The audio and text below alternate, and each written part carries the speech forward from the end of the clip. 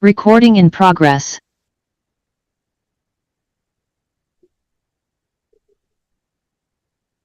Honorable members and committee support, the time is now 9 o'clock, which is meant for our meeting to start.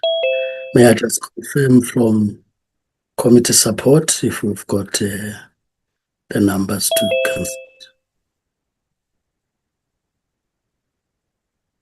Yes, Chair, we have enough members just to can start, Chair, for now. Thank you. Thank you.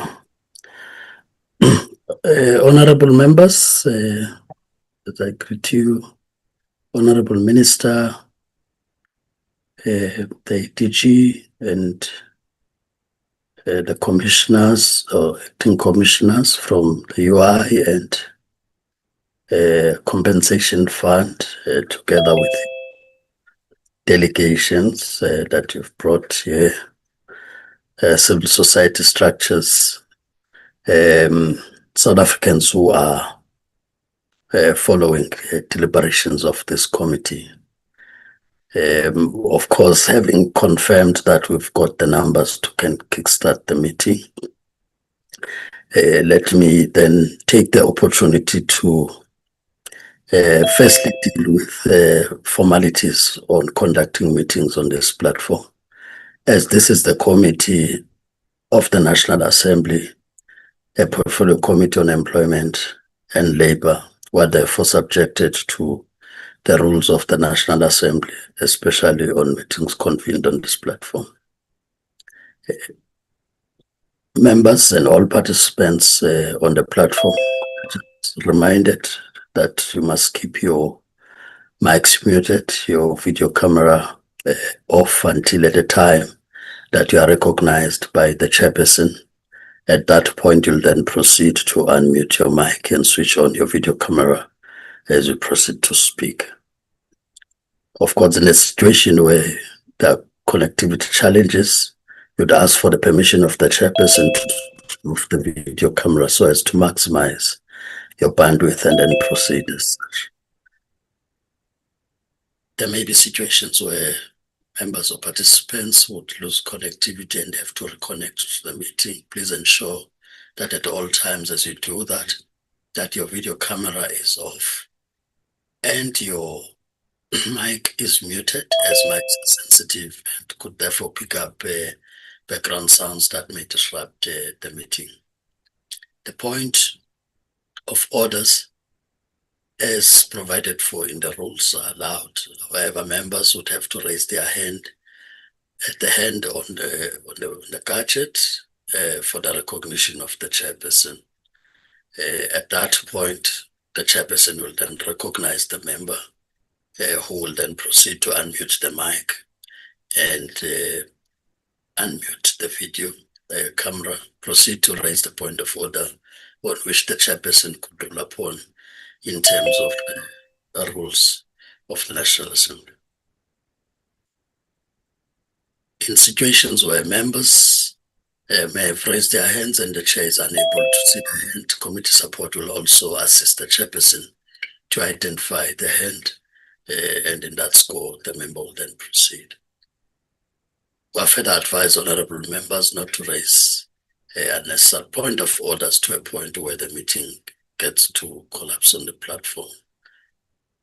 Of course, with all those basics and reminders, honorable members, that should help us to have quality time in terms of the actual engagements than adherence to rules. With that having been said, I will now check with the committee support on whether there are apologies that have been received, which must be placed on record.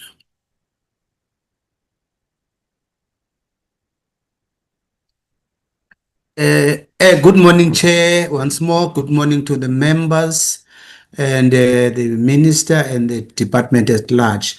Chairperson, I have received apologies from both DMs, DM Sibia and DM Nematzinga Shabalala. From the members, I haven't received any, Chair. Thank you very much, Chair. Thank you, Mr. Sagasa. May I just check first with members before I speak to this other one? If there are apologies that you may be aware of or you want to place on record on your side. No, I'm just checking the members, Honorable Minister. I see your hand. I just want to check members first so that we don't leave any apology if somebody leaves the meeting early or whatever. So it seems there are no apologies except the ones from the ministry. Honorable Minister, I see your hand there. My apologies, Chair. I'm on the road. Something disrupted me when the apologies were being presented. Good morning to you and honorable members and Deputy Minister and officials. I just wanted to check if my apology was presented before the committee. No, thanks, Honorable Minister. That would be done. I said I'll come to it because I've received it. I wanted members first and committee support. Honorable members, with regard to the minister, of course, today she's also attending the cabinet committee side where she needs to introduce the bill on NEDLEC. And that is the responsibility of the minister. We do appreciate that in the previous meeting, she would have also prioritized the committee instead of cabinet, but this is a task that should be done by her. However, we would have reached an agreement that we always want political responsibility taken by the minister or any person delegated by the minister, at least to introduce the report that comes before us, so that whatever we raise, even after she would have left the meeting, there is political responsibility in terms of following up on those matters. So yes, it would have not been raised at that time, Honorable Minister. As you say, already on your way, and you would be starting any time from 9:30, as you indicated. But we think we'll still have the time to formally introduce the reports. So that would have been the apologies side. I take it that members then who are not on the platform are still trying to get through to the meeting, as there are no further apologies. And I take it that there are no objections, members, in accepting those apologies where people are getting to different spaces to advance the same work that the committee plays oversight on. We'll then move, as I said, we have an agenda which is a continuation of Q3 reports, and that today we are taking in the main the compensation fund and the UIF. Of course, we'll do the same way we do, that we allow the political leadership to give overview, introduce, and as I said in the apologies, and allow to still get to the cabinet committee and continue with her presentation there, and then take the compensation fund and the UIF in the order that they would appear on the agenda. And of course, we will then be marking the time for the presentation. So after yourself, Minister, we will do 20 minutes each, given that members have received the reports and have processed them, so as to allow space for them to engage with the report and get responses within the time allocated to the committee. so that we're not in a rush when members start leaving to go to the house. So that's the agenda. Flighted, meaning that we'll start with CF and then UIF after the minister's overview. Honorable Minister, let me not take further time and allow you to present to the committee. Thank you. Thank you so much, Honorable Chairperson. My apologies for my background. I'm on the way, as I said, so I'm in the car. Good morning to you, Honorable Chairperson, the Honorable Deputy Ministers, in particular the they are not in attendance. In absentia. Yourself, Honorable Chairperson, the whip, and the honorable members of the Portfolio Committee. Yes, fellow South Africans, I think the lighting is a problem here where I am. I'll request that I mute my video, Chair, if you allow me. I see some reflections. Yes, you can proceed. Minister. Thank you so much, Chairperson. Good morning to you and all the South Africans who are following the proceedings of the Portfolio Committee and our officials in the meeting, in particular those that are from the Department of Employment and Labour, led by both the DG and the commissioners of both UIF and Compensation Fund. We meet at a moment of acute geopolitical rupture. The ongoing war in the Middle East is no longer a contained humanitarian crisis. It has become a fault line in a rapidly shifting global order, with implications for energy security, trade routes, and the balance of power across the region. For economies like South Africa, the implications are immediate and material. This disruption of oil and gas flows is already driving global price volatility, with knock-on effects on inflation, transport costs, food prices, and industrial production. Trade route instability increases shipping costs and delays, feeding directly into the domestic cost of living. In essence, global geopolitical conflict is being transmitted directly into the daily reality of our people, particularly the working class and the poor.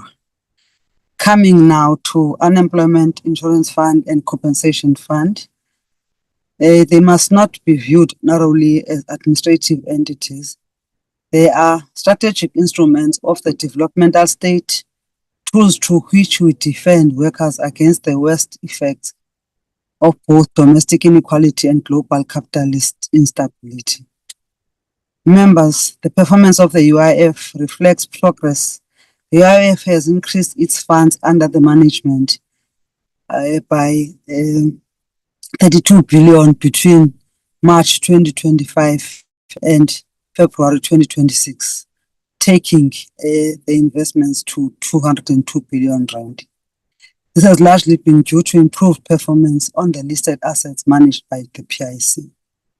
There is also improvement in claims processing turnaround times, and that demonstrates a state that is becoming more responsive. The expansion of digital platforms reflects movement towards modernization and improved accessibility.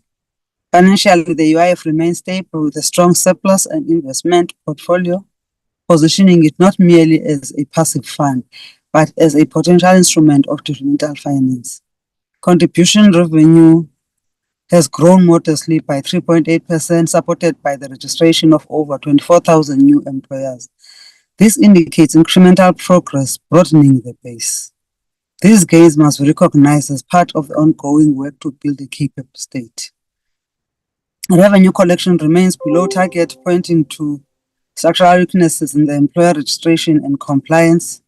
Benefits expenditure has exceeded budget, driven by inefficiencies such as manual processing and limitations within the U-filing system. Program performance is uneven, where we are seeing overall performance of 8 targets achieved out of the 14 which then the UIC will go into town to detail those. The Labour Activation Program is of particular political importance. It embodies the commitment of government to move from passive social protection to active labour market intervention. Yet low placement rates raise a fundamental question. Are we sufficiently linking social security to real economic participation? Delays in verification and adjudication alongside persistent fraud and governance weaknesses reflect gaps in state capacity and accountability. A UIF that remains structurally confined to formal economy while the labour market itself is rapidly shifting towards informality, platform work and precarious forms of employment is fundamentally misaligned with the lived reality of workers. It risks entrenching a two-tier system of protection, where those in stable formal employment are covered while the majority, particularly young people, women, and those in the gig economy remain excluded. In its current form, the UIF does not yet fully respond to the changing nature of work unless it deliberately expands its reach and redesigns its instruments. It will fall short of its historic mandate to advance inclusive and universal social protection as part of a broader transformation agenda.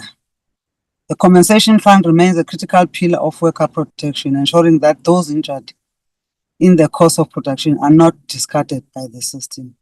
Q3 performance demonstrates improved stability and consolidation across core service delivery indicators, with the compensation fund sustaining strong outcomes in claims adjudication, medical invoice processing, and rehabilitation-related services. Key turnaround indicators remain at or above target, reflecting maturing operational controls and improved throughput across the system. While benefits payments within 10 working days remain an area of pressure, the overall Q3 trend confirms that foundational service delivery processes are stabilizing, enabling the fund to focus on targeted corrective actions rather than systemic remediation as it moves into Q4. Q3 revenue performance reflects a strong and resilient financial position for the compensation fund with total revenue of 43.9 billion rand against a budget of 28.4 billion rand, representing approximately 155% achievement. This positive outcome was driven by solid assessment revenue performance at 101% of target of 13 billion rand, supported by 8.2 billion rand investment income and a further 19 billion in fair value gains. Collectively, these results underscore improved revenue collection discipline and enhanced financial sustainability, positioning the fund well to meet its obligations. There are areas of progress, reduction in claims, backlog, improved engagement with healthcare providers, continued payment of medical claims and pensions. Program performance shows pockets of strength with a program on administration having achieved 100%, medical services 100%, orthotic and rehabilitation 100%. However, COID services were at 50%, which shows weaknesses in the fund's ability to deliver on its mandate. While claims adjudication rates remain relatively strong at around 91%, the real contradiction lies in payment delays, only 83.88%, which is about 7% underachievement against 95%. These failures, including misalignment of beneficiary data and banking details, are not merely technical. They represent a failure of state that responds with urgency to workers in distress. The persistence of backlogs, ICT inefficiencies, and delays in payments to service providers reflects a system that has not yet fully broken with its legacy constraints. Honorable members, what emerges from Q3 performance is a clear picture of a state in transition, making incremental progress yet constrained by structural limitations. We are moving from passive administration towards developmental intervention, fragmented systems toward integrated social protection, but the pace of change is uneven and in some areas inadequate. The strategic task before us is the path forward that requires decisive political and administrative action. We will deepen labor market activation so that LAP leads to real sustainable employment. We expand coverage to informal gig and non-traditional workers will align UIF investments with industrial policy and sectors that drive job creation, and will accelerate ICT modernization as a matter of urgency and strengthen governance, enforcement, and consequence management. This is about repositioning these funds as active instruments of economic transformation. The UIF and Compensation Fund must be understood within the broader project of building a developmental state. The task before us is to ensure that these institutions fully realize the vision of our government, a people-centered, ethical, and capable state that intervenes decisively to transform the lives of our people. In the current global and domestic context, anything less would be the failure of our historic mission. I thank you, Honorable Chairperson. My officials will go into detail in terms of the performance of our third quarter. Thank you so much.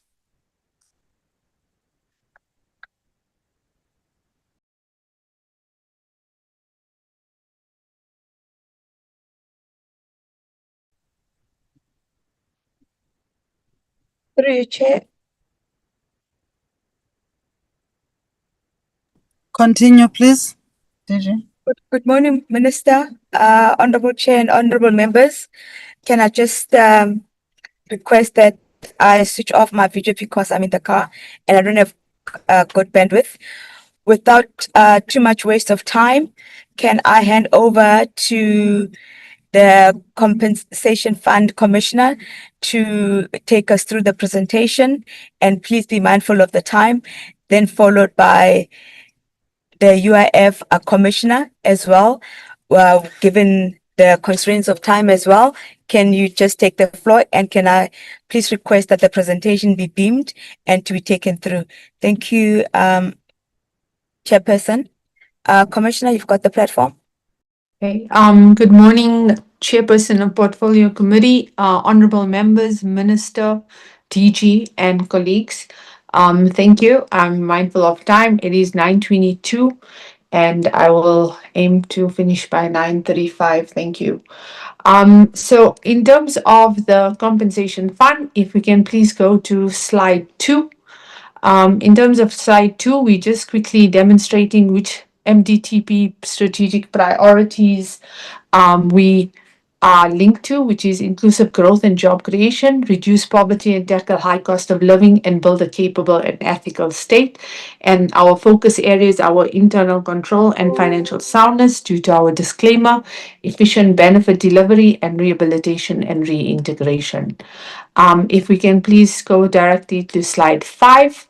I think the Portfolio Committee is well aware on the programs. So in slide 5, if you look at the table, we're demonstrating what has our achievements been from quarter 1 to quarter 3. You see a consistent performance of 83%. And if you look at the blocks on the right, so we have 100% consistent achievement in program 1, 2, and 4. And sorry, 1, 3, and 4, and program 2. In terms of the KPI indicators, we have 2 indicators for that program. However, we have not achieved one consistently in the quarters, which shows a trend of 50%. And that performance stability indicates consistent operational delivery, except for program 2, where we need intervention in terms of our payment of benefits. So slide 6 is for program 1 at the indicator there, which is the vacancy rate. And we are demonstrating in that picture there for you that in quarter 1, we started with a 10.25% vacancy rate, and we have now achieved a 9.51% vacancy rate against an annual target of 10%, and therefore we have that achievement. If I can go to slide 8, please. For slide 8, this is program 2, which is where we have achieved only 50% of the achievement in terms of the KPIs. And what you see in slide 2 on the left of your slide in those green blocks, for the claims that have been adjudicated within 30 working days, we've maintained a consistent level of 90, 92, and then 91% in quarter 3. So we did have a slight 1% decrease in performance there. And for on the right side of the block where you see the red, we're highlighting the non-achievement indicator, which is approved benefits paid within 10 working days. Unfortunately, in Q3, we did see quite a drastic reduction to now 84% achievement from Q2's 90%. The reason for this is that we did apply much more stricter protocols on our medical service provider invoice payments due to the high fraud that we experience in that section. If we can go to slide 9. So slide 9 does give the underperformance and the root cause there. And it is, similar reasons to what we presented in Q2, which is the misaligned beneficiary records with the bank master data. And also like there were special character mismatches with our banking partner. But also I'd like to highlight that it is the stricter validation criteria that we did apply in terms of medical service providers due to the high fraud there. And in terms of that impact, we did see increased payment rejections, specifically for medical service providers, because from Q2 to Q3, we did address the gaps in terms of pensioners and our claimants. And also, I'd just like to highlight that it's also the rejections are also due to fraudulent payments being identified and now closed within the compensation fund. If we can go to slide 10, I just want to demonstrate to the committee that the fund is committed in terms of applying corrective actions, and we do have estimated times that we are going to implement those corrective actions. So we did complete our feedback loop with operations, so we can streamline our processes with operations, from operations to finance for the payment. And we are also, in terms of ICT, we initiated the collaboration, and the technicians with our banking partner NetBank did resolve our verification mismatches. The next steps that we're looking at is obviously developing a master data analytics, and that is for Q4 25-26. And then in terms of our AVS reporting, our account verification exception reporting, where we get the the rejections. This is ongoing. We're improving on it monthly, and at our weekly ICT steercos, we monitor the progress of this. And we're also monitoring recovery. So we're tracking our real-time payment performance weekly so that we can return to the 95% standard. If you look at the next slide, which is slide 11, I just want to highlight again to the committee that last quarter, for Q2, they did raise the issue on Gauteng and the 78% performance. Gauteng is again sitting at 78% performance. And I do understand that, Gauteng being, one of the hubs and having access to ICT infrastructure, etc., should not be sitting at this performance. So we have intervened in Gauteng, and there is a performance improvement plan, and we are keeping management accountable with serious consequence management being applied if there is no improvement in terms of the performance. Slide 12 for program 3. In terms of slide 12, program 3, we have 2 indicators, which is our request for reopenings that we finalize within 10 working days. I'm not going to harbor this. There is consistent performance here of 99% against the target of 96%. The most important one that I know committee members pay attention to, which is the percentage of medical invoices that were finalized within 30 working days of receipt. In Q1, we set at 87%, if you look at the graph there. And then the orange, which is representative of Q2, we set at 93%. And then we did decline slightly by 2% in Q3 with a 91% performance. But that is also due to the increase and influx of medical invoices that we received in Q3. If we look at if I go to slide 15. If we go to slide 15, because I just want to emphasize again, I know it's the percentage of medical invoices that is of key interest to committee members. So if you look at the right of the slide, the national average is 91%, And the top performer is Limpopo at 97%, and our target achievement was 80, it's 91% out of the 87% target, so we exceeded that by 4%. So all provinces are exceeding the 87% target, and this is consistent with performance, that we have focused on in terms of improvements in medical invoice payment. Slide 16 will give you what this means for the compensation fund and what it means, for our stakeholders. So we are seeing provider confidence improving. We are seeing big medical service providers, especially the hospital groups, being quite pleased with the predictability and reliability in terms of the payments and the cash flow that they're now receiving, and also enhanced willingness to treat our beneficiaries. We have a reduced backlog risk. Just to emphasize that in terms of outreach, the team is setting up service desks at hospitals to facilitate claims processing for workers and also the payment of these invoices. And as an ongoing priority, if you look to the right of the screen, we need to maintain these tight controls so we can sustain performance. And we also, focusing on escalation and consequence management for non-compliance. We're doing a regular exception reporting and trend analysis, specifically in terms of performances within the provinces. And that is what I just wanted to emphasize there. And then in slide 17, percentage of requests for pre-authorization of assistive devices.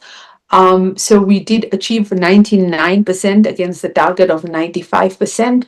And we just want to also say that this is a consistent high performance across all provinces in slide 18. But obviously with Northern Cape, the next slide, please, with Northern Cape being an area of concern, which we have intervened on in terms of their 92% achievement there. I apologize for the typo in Mpumalanga. It's supposed to say 98% there. And then slide 19 summarizes just basically the trend that we're seeing, in terms of achievements from our, quarter three, 2023, 2024 financial year, our 24-25 and 25-26 financial year. So in terms of the last 3 financial years, if you look at those lines there, the graph, you see a consistent, steadily improvement in terms of performance. However, the exception being KPI 2, which is the benefits paid within less than 10 working days, with that red line obviously decreasing due to the strict controls we've now applied in terms of payments. Just quickly on the next slide, on slide 20, in terms of performance information, I just want to state that we did have some challenges, which is the system slowness, inadequate data lines, and obviously these enhanced banking verification controls. And but on the right of the slide, you can see what we did. So we migrated the 970 users under the compensation fund from Citrix to a VPN, means an independent network with 3G, and that assisted in terms of system slowness. And there's also, together with Dell, there are some CETA line upgrades that are happening, and we've also established feedback loops for our master data. For the next slide, the CFO will quickly come in. CFO, if you can please make it quick and just align to the time. Thank you. CFO, Mr. Monaheng Mokena, for the compensation fund. Thank you. Thank you, Commissioner, and greetings to Chairperson and members, Honorable Minister, Deputy Ministers in absentia, DG, all protocol observed. My name is Munai Mugwena. Yes, Chairperson, we are presenting on slide 32, slide that starts with revenue performance, please. If you can.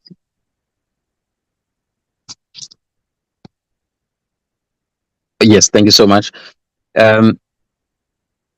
The total revenue budget, the Minister in the overall remarks made reference to a budget of 28.4 billion, of which we have generated 43 at the total level, 43.9 billion. And that makes over 151%, as Minister did present, I think, on this one also.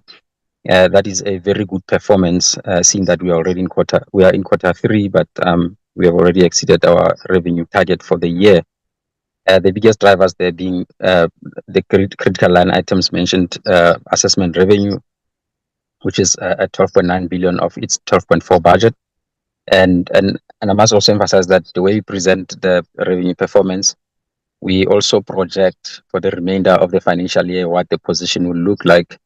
And this is in line with the PFMA section 40, subsection 4, that we present to the executive authority the performance of this month, as well as for the remainder of the year, how management foresee things to turn out financially.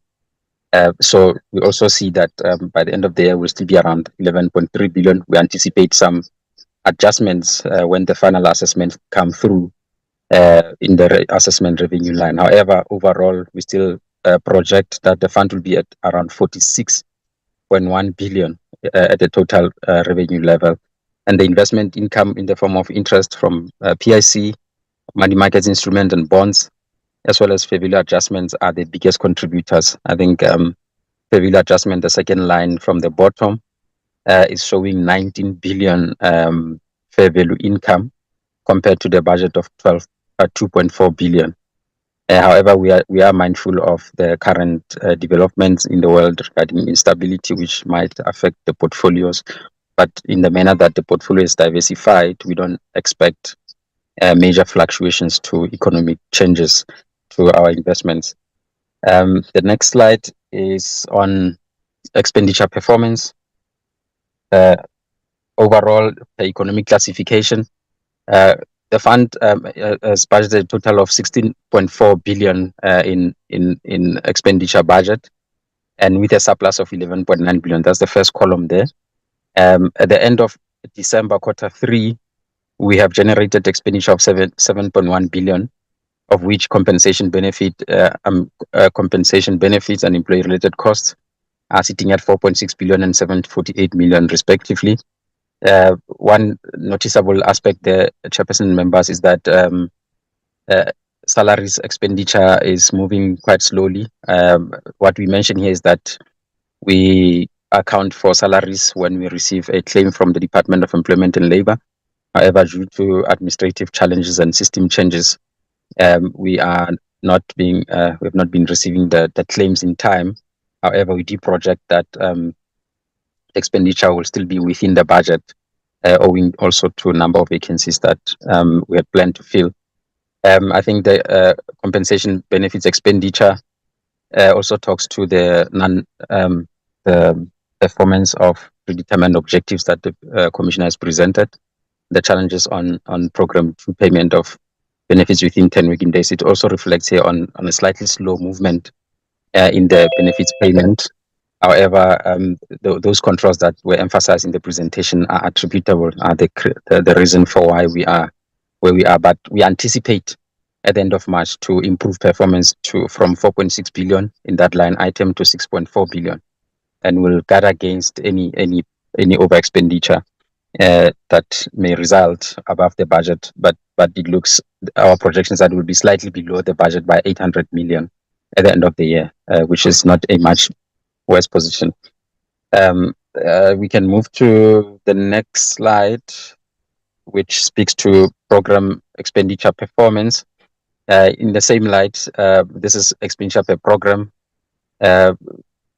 We are happy with performance of program 2, 3, and 4 at the end of Q3, which are averaging very close to 75% if we use a linear performance measurement of 3/12 and 9/12 for expenditure performance.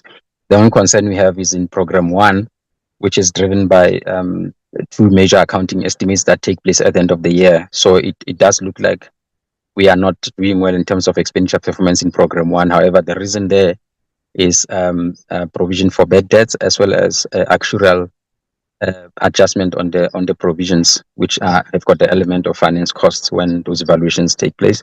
But you do them at the end of March when we finalize the accounting records. So we shall see at the end of March an improvement in expenditure performance for program 1. However, we are mindful of underperformance in goods and services, driven by slow procurement implementation of procurement plan. But that is the intervention that the EXCO is looking at to make sure that in the new financial year we have properly aligned procurement plan with budget, and committees are set up, and turnaround times are realistic for items that are expressed in the procurement plan. So, Chairperson and members, I think that will be the end of our presentation. The rest of the commentary slides we have already spoken to, but we are happy with the financial performance at the end of Q3, except for some few service delivery expenditure items that are as a result of tightened internal control, which the fund is working on to make sure that the rejection rates are not as high as they are, but also happy that we are not experiencing we are actually preventing occurrence of fraud, which is quite valuable from the side of management as well. Thank you very much, Chairperson and members. That's the end of our presentation. Thank you. Thank you. UIF.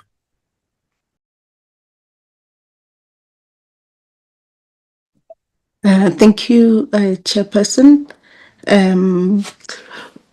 We will be presenting on Q3 performance. If we can go to slide 3.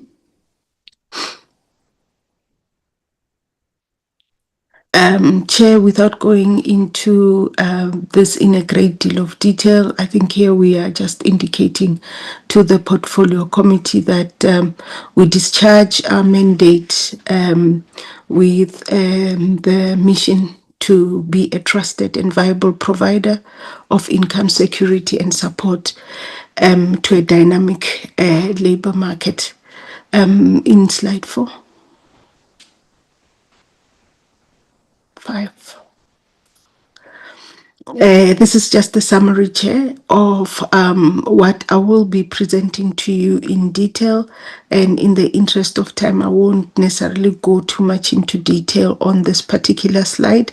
Suffice to indicate that we will touch on the performance, we will touch on the service delivery impact, we will deal with the financial performance, and also reflect on the valuation of the fund. Next slide. On this slide, Chair, we are indicating the performance of the fund in comparison with the previous years. As you can see from 2014-15 Q1, we have improved in relation to that quarter in the same place in Q1 of 25-26, and then we maintained that improvement for 25-26 in Q2, and then again in Q3, although we are ourselves quite worried about some of our targets, and I will go into detail on the areas where we have not achieved, but we do note that we are turning the corner in as far as some of the difficult targets that we haven't been able to achieve before. The next slide. Chair, this is a breakdown of our achievement by program. The UIF has 3 programs. It's administration, business operations, and labor activation program. In administration, we achieved 75% of our targets. In business operations, it was 60% of the targets. In labor activation, we achieved around 40%. I think there's a mistake there with that percentage, and that getting us to 57%. In administration, Chairperson, the key indicator we did not meet is the indicator relating to us monitoring the audit action plan. We didn't meet this indicator, as I had indicated even in the previous session, that the way that we had structured the indicator made it such that by the time we started the year, the deliverables were already expected, while our audit in line with the government audit cycle, would have only ended on the 31st of July 2025. And because we now completed the audit action plan around September immediately after the audit, we are settled with what essentially looks like a performance that was not up to par. We are indicating in the corrective actions the areas where by detail in terms of the various business areas where we are closing all the audit findings and are making progress on our audit action plan. And we are indicating that we do know that this information still needs to be further audited for verification, indeed to ensure that the information that we put before you is true and complete. The rest of the other areas, I'll deal with them in the slides that follow. The next slide. I've already dealt with the audit action plan and where we are at, and here I'm just also indicating, Chairperson, the rest of the areas where we did achieve our target.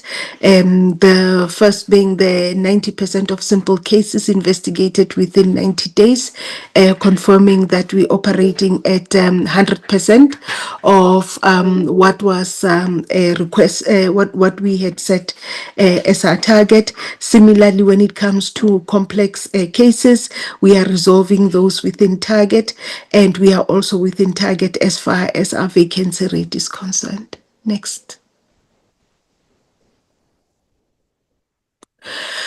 In business operations, Chair, here we have achieved a number of the targets that were set out in the audit, in our plan. We are operating in line with the target set. We've achieved 98% as was the target. In as far as ensuring that registrations are done within 1 working day, and we are working with partners to just make sure that we make it as easy as possible for employers to adhere to the requirement by law that they must register their employees. And then as it relates to claims which are accurate and are complete, which must be paid within 10 working days. We are achieving that target as well. The target was 90% within 10 working days. We're operating at 98%. And we're just indicating to you the types of numbers we are dealing with. In the quarter in question, it was 1.8 million claims that we were dealing with, which were responded to within 10 working days, with the remainder not responded to within that time. But we are achieving our target. And then when it comes to unemployment benefits, that must be resolved within 25 working days, where we're receiving information that may not be complete or it may be invalid in some instances. But our task there is to ensure that we close the cases within the 25 working days. We're operating there at 95%, 5% above the target that was set. And we are also indicating to you the types of numbers that we are dealing with there. Next slide.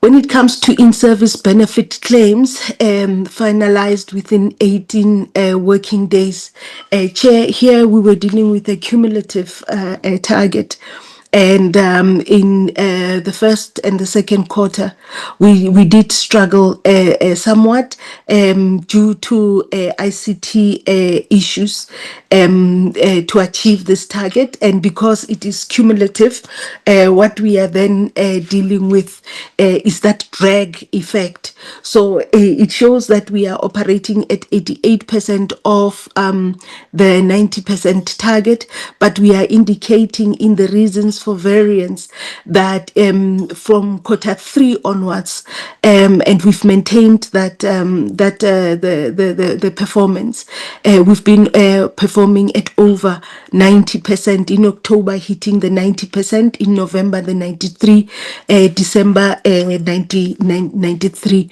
as well, which means that the remedial actions that we have now put in are bearing fruits. Next slide.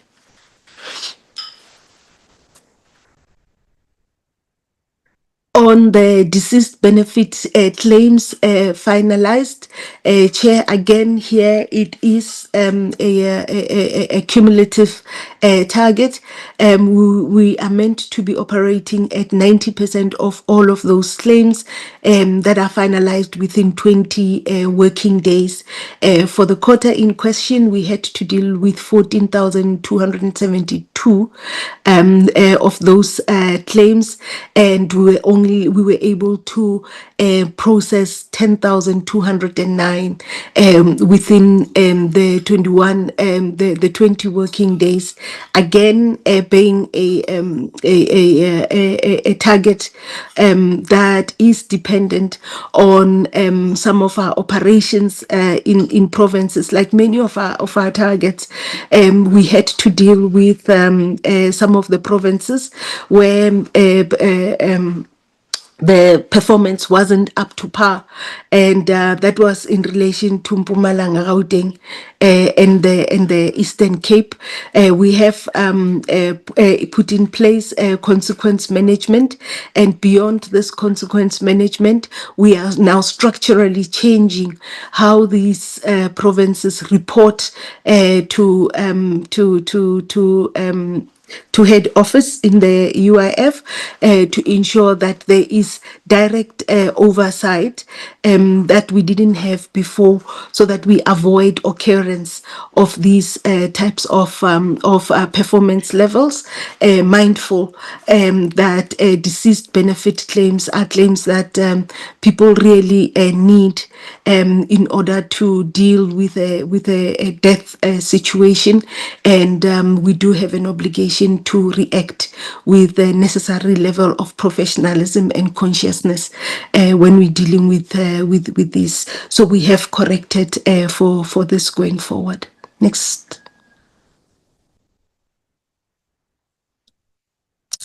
Then on the labor activation program, Chair, we were meant within 20 working days to be able to deal with the TERS applications.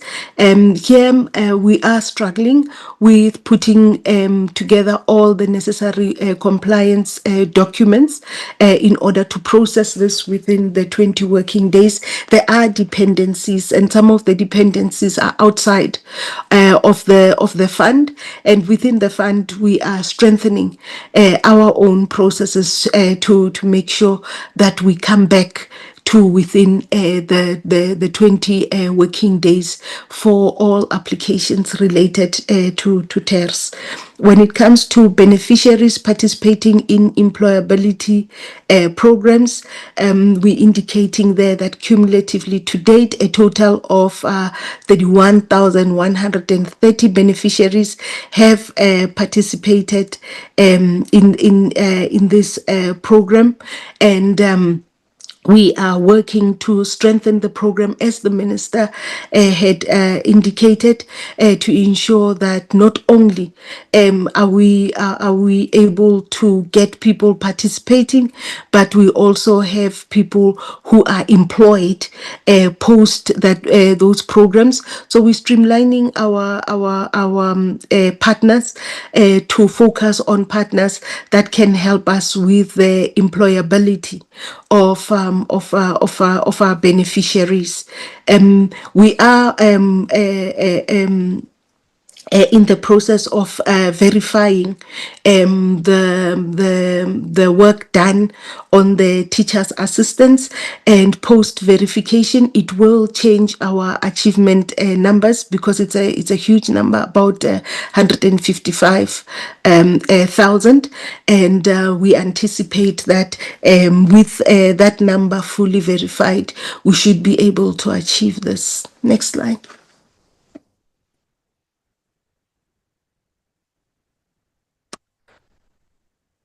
Next slide. Thank you. On persons of parts of our vulnerable groups in society. The target was to ensure that as we are implementing this program, that 50% of the participants are vulnerable groups, and we are at 82%, and the major driver of that is youth and employment of women. And then when it comes to number of jobs created through UIF initiatives, this is again one where we will be reviewing the numbers just based on some of the verifications that need to be done, and we are confident that come year end we would have achieved this. Thank you. A number of enterprises supported. Chairperson, the target was 60, but we have been able to stretch that to 502. We've been able to do that through partnerships with, among others, NYDA, and some of our employability programs that focuses on enterprise development. Next slide. Next slide. Chair, what we want to also share with the members is that as we are dealing with our performance information as I've presented, we are also ensuring that the beneficiaries of the UIF are fully serviced. We're indicating to yourselves that 2.8 million beneficiaries, as was indicated by the minister, were serviced in this period from the beginning of the year, and the UIF has paid 15.2 billion to beneficiaries since the beginning of the financial year. And right at the bottom there, we are just indicating quarterly the breakdown of the number of claims that we're dealing with. Next slide. Just to quickly share the modernization program that we are engaged in, we indicated that we are improving how we offer services to the UIF clients, and Minister in her opening remarks did indicate that the UIF is an institution under transition. We're transitioning on how we get in touch with our clients, how they get serviced, how quickly they get their service, and we are doing that in a number through a number of platforms. First, we are ensuring that we are working with the banks to make it easy for our clients to access our services. We are improving the quality of services at labor centers, ensuring that when the clients are at labor centers, the essential services they require, including Wi-Fi, is provided in the labor centers. We're expanding our services through the kiosks to ensure that all those clients that are IT savvy and they don't need human-to-human interaction can access the services through the kiosk, availing the services of UIF employees to those parts of our societies that may need the human-to-human interaction. Next slide. And we also showcasing the mobile buses, or what we're calling our mobile offices. And in our mobile offices, we just indicating that here we are trying to access those in far-flung areas, or where we don't have labor centers in quick access for our clients. Chair, I will then at this moment maybe a pause here, indicating that we do recognize that there is improvement that needs to be effected into us achieving the targets that we have set ourselves. We have showcased the areas where we are now improving access and the quality of services to the people we are meant to service, and we can give assurance to the committee that we also are doing this in a financially prudent way, in the sense that our finances are in a stable position, and the UIF is a financially stable entity. So our CFO will just come in to indicate just a few highlights of our financial performance, and I'll ask her to just come in showing 2 slides on financial performance to showcase the work that we are doing. Over to you, sir. Good morning, Chair and honorable members. Just remember that you are on a grace time, otherwise your time is now expired. All right, So Chair. make it to 5 Maybe minutes. given that, then Chair, can we then go straight to slide number 27, where we're just giving you the summary? Yes. Thank you so much.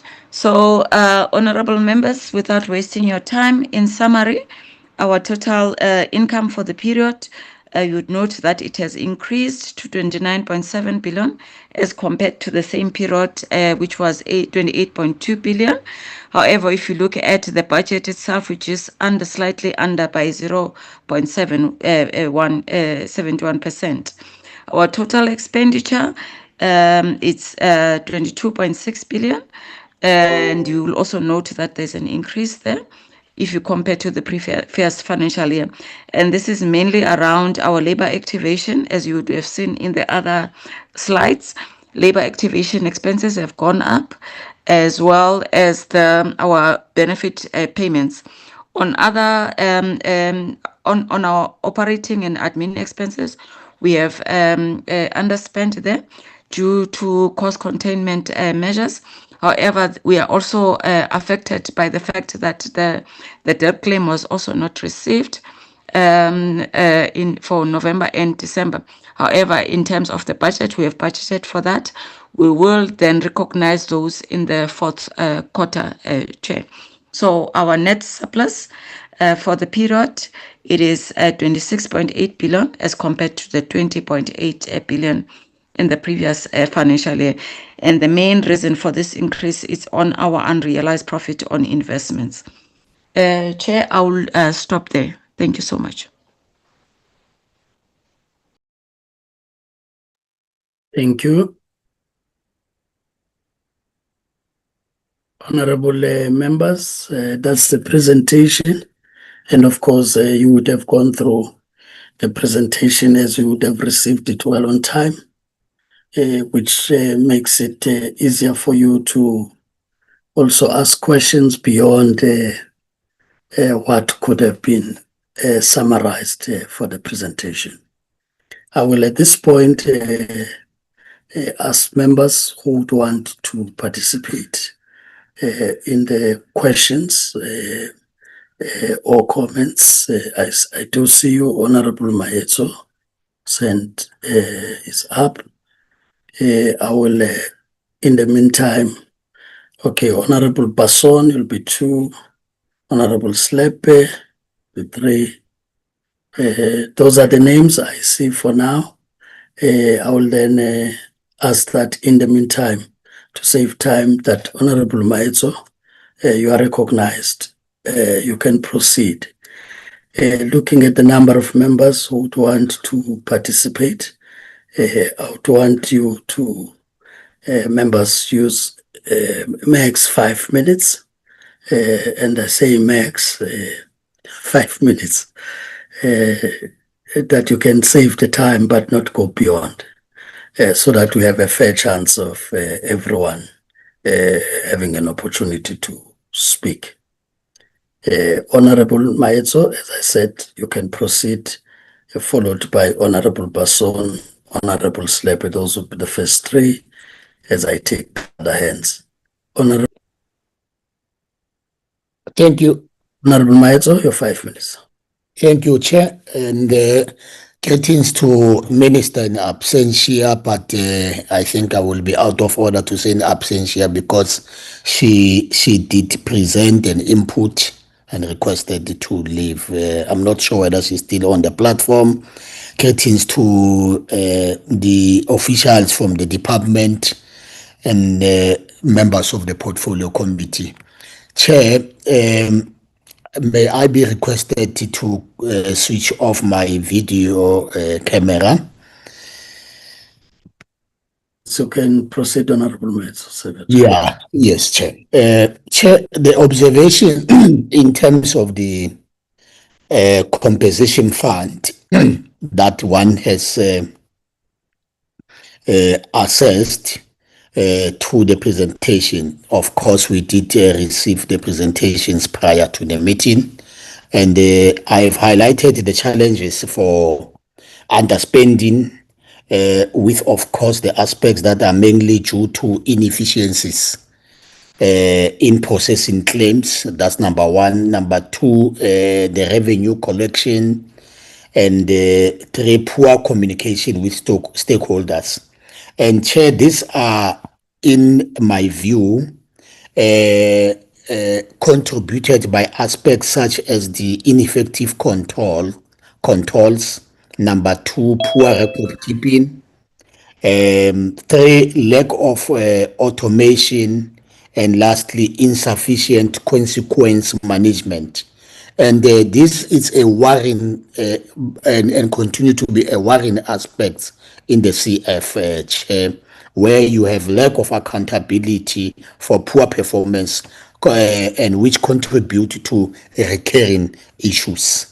And Chair, I want to make a proposal in terms of addressing the very same challenges that are continuously in the compensation fund. And one, the recommendation is to address these challenges in a form of recommendation. They should enhance their financial oversight. Number two, improve their record keeping, and also deal with the upgrading IT systems and integrating claims and payment system. And number four, which is the last recommendation, they need to establish clear consequence management systems for poor performance. And then moving to the question I have for the CF in terms of the presentation. Number one,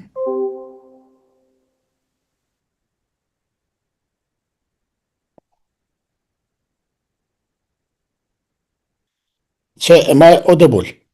You are not audible, and you have 2 minutes left. Yeah, okay. What specific interventions are planned to resolve the persistent underperformance in program 2, which is quiet services, especially regarding benefits payments within the 10 working day target?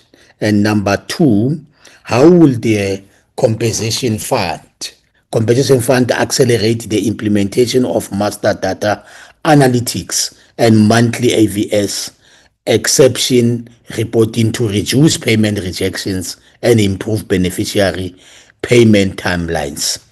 And then on the unemployment, Chair, I will only here raise this issue, and I think it's for the third time, of the TERS, which I know the processing of the applications, it remains the competency of the CCMA. However, Chair, I think that we need to raise it because the very same tax is funded through UIF. And there is a backlog, there continues to be a backlog in terms of the turnaround time, in terms of responding to the applicants. And I think that this matter needs to be addressed adequately in order for the working class and poor communities in a form of SMMEs that are coming from those areas. They duly benefit on this particular thing. So, Chair, I think that here we must get a comprehensive report in terms of the geographical spread, in terms of the provinces, the regions where these applications have been processed, and what is the reason for the CCMA not to be able to keep the beneficiaries abreast in terms of their applications. And then the last question will be on the very same UIF, Chair, is the questions which I want to pose quickly on the UIF. What are the main factors contributing to the underachievement of targets for diseased benefit claims finalized within 20 working days? How has the rollout of UIF mobile buses and UIF mobile client services system impacted service delivery accessibility, especially in remote areas? Thank you, Chair. As you appear, I know that my time Yes, is. the time has expired. Yes. Honorable, thanks for complying as I recognize the honorable person. Thank you, Chairperson. I will also request for my video to be off. Yes, you can proceed. Thank you, sir. Chairperson, the underspending is a very big problem in this report. We cannot be underspending in labor. When we underspend, people's lives do not improve.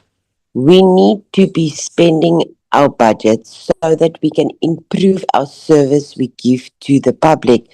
How are we going to turn this around?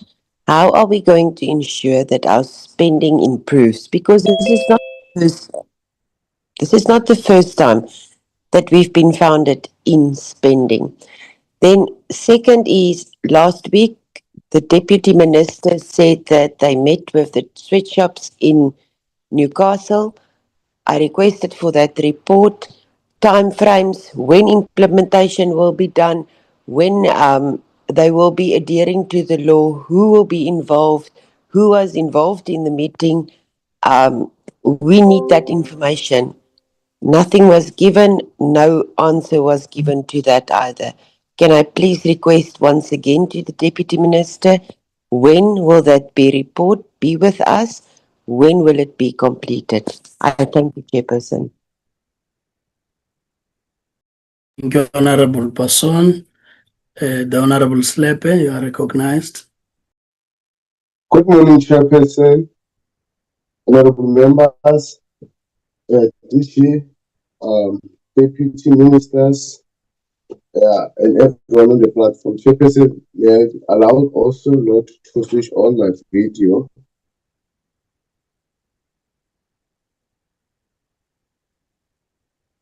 Am I audible, Chair? As your audible, honorable Slepe, you can proceed. Thank you, honorable Chairperson. Chairperson, I want to start here on the issue of 10,000 announcement by the president of the inspectors. With regards to the 10,000 inspectors, can the department elaborate on the funding model, training and accreditation framework of this initiative? Will this be funded through the existing fiscus? If not, where will be the funding coming from and how much is it? And then how these inspectors will be accommodated, taking into consideration that collapsing of public infrastructure. And then where are they going to house these 10,000 inspectors? Because like our infrastructures, the department infrastructures are collapsing already. I want to know that. And then also with regarding to the TES, allocation of companies, those got assisted by TES, how many are they? Can the list of those companies assisted by TES be made available? At least the latest, the records of past 3 years, if can that made available. We want to see how much people got assisted. Also, Chairperson, I want to extend this one with the request of the Ekapa minerals that 1,000 plus employees lost their work due to be unable to be assisted by TES. Can they be assisted with the requirements that has been required by the department, that they need to submit everything that is needed? How I wish that if there's any outstanding document that is needed from them, so that our interest is not to pick up, but is with our people who are working there, who are losing their houses, losing their cars, their children are dropping out in the universities. Then that's the worry that makes this to be much more sensitive. I'm humbly requesting that those people can they be assisted through the test fund. Then the other question, Honorable Chairperson, on the program 2, there was an indication of fraudulent be found and closed. I'm checking in any fraudulent paid amount to some people. The money has been recorded or been recovered, and it has been reported to the subs. And then if it's reported, can we be updated on that particular thing?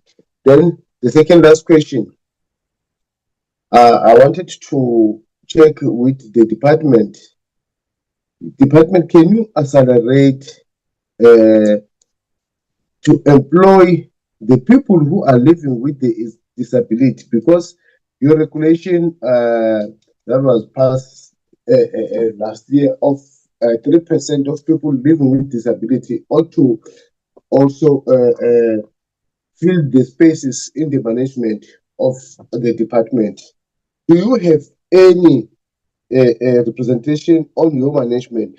But to my understanding, where seated I am now, I've never seen any person living with a disability in the management of the department. Even on the platform here, I don't think we do have anyone. That shows you yourself, you are failing to implement that. If you are indeed willing to do that, you could have started yourself to implement that of employing people with a disability.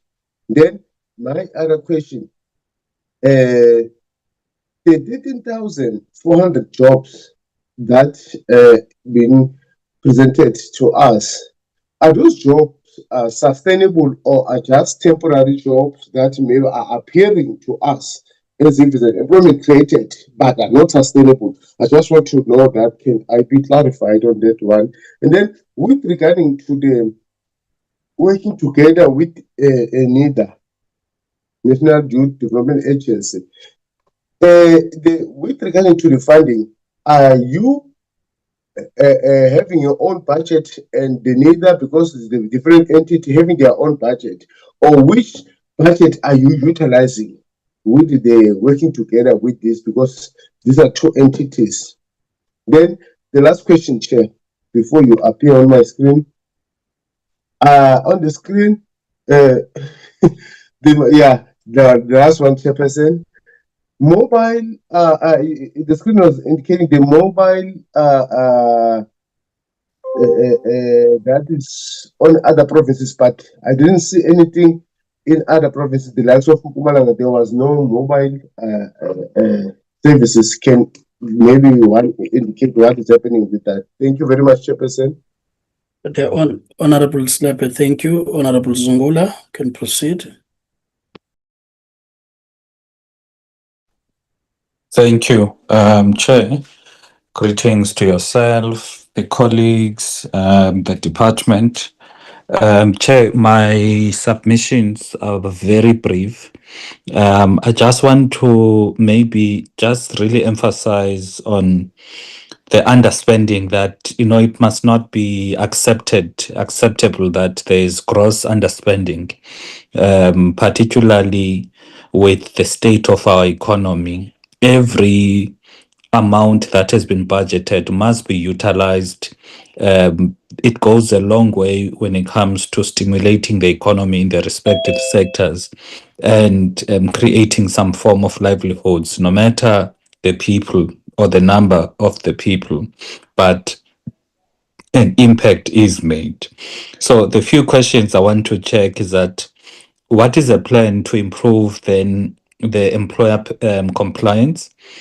And then the second issue is that when it comes to the labor centers, there's a crisis of system infrastructure constraints.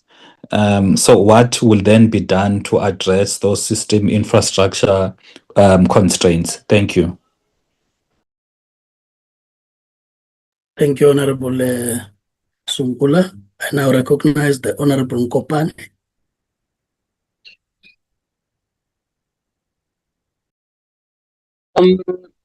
Thank you very much, Honorable Chair. Good morning to you and the meeting, and I observe all the protocols. Chair, mine will be very short, really, particularly because I've listened carefully to my colleagues and the summary on the highlights that were made by Honorable Maeso. They are covering my presentation almost 60%. Then I only have two questions for UIF and also two questions for the compensation fund. What measures are being taken to address the significant underspending in Program 1, that is administration, particularly relating to ICT contract delays and other operational bottlenecks? The second question on the same is, how is the compensation fund planning to support Gauteng province to improve its adjudication performance, which is notably below the 90% target compared to other provinces? Then coming to UIF, Chair, I only have two questions here.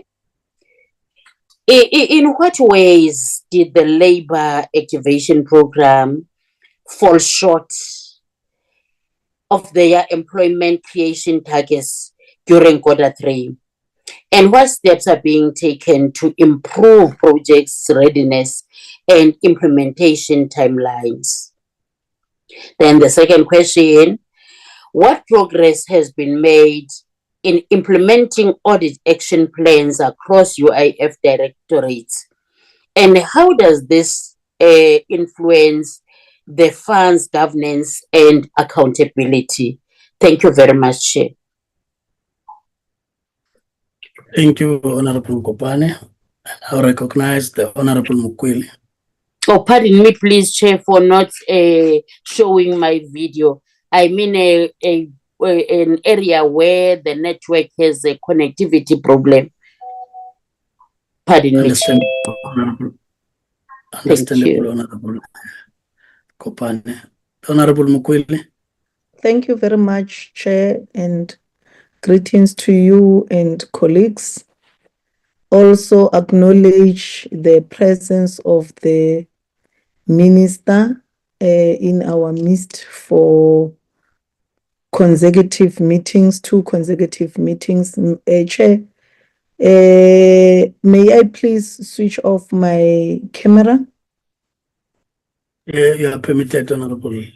Thank you. Thank you very much, Chair. Let me continue also to greet the officials of the department and also the entities that are here. Also to pass my condolences to the family of the CIC for the passing of our mother, Mama Martha Malema. We say ga go a tlhaga se se sa tlhagang go motsegang ba Malema re na le lona. Ke a leboga chairperson leina la ka ke nna Tebogo Mokwele ke lebogela di best wishes tse committee in fileng tsone last week when I was confronted with the challenges that I was confronted with together with my daughter. Chair, my inputs will just be based on unemployment fund, insurance fund. Chair, to say we have acknowledged and see that there are so many challenges within the UIF. These challenges, one of them are the operational challenges that are impacting much on the service delivery, and also the issue of labor activation program. You know, I will always speak about the labor activation program because this is part of the program that is supposed to capacitate and also create jobs where most of the monies is being spent on. So it is very important to show our concern on the labor activation program where it only achieved 40% of its target for this quarter is really a concern. Chair, also the issue of the vacancy rate in the UI is also we need to also show a concern. But also my questions to the UI will be it has shown that the UI has a reserve that is about 29 billion. Chair. So my question will be like this to them. What intervention are being implemented to accelerate labor activation program implementation? How will the fund ensure that with its large financial reserves translate into tangible employment support and labor market intervention? And also, what measures are being implemented to strengthen monitoring and coordination with provincial offices? How is the UIF addressing capacity constraints and staffing vacancies affecting service delivery? Also, Chair, the issue ya di bus. We have been talking about these buses. We have requested that the UI provide us with the information as to the renting of the buses and also the value of money rather on this renting of buses vis-a-vis the purchasing of buses. as the UI itself? What is the value of the money in that? Chair, I will pause there for the sake of time. Thank you very much, Honorable Chair. Thank you, Honorable Mkwili. Welcome you back. That you have strength and of course, looking forward to you regaining that strength fully going forward. Honorable Nontsele, you are last on my list. Honorable Nontsele, you are recognized. You can proceed. Thank you, Honorable Chair. May I close my video to enhance bandwidth, please? Yes, you can proceed. Morning, Honorable Chair. Morning to honorable members.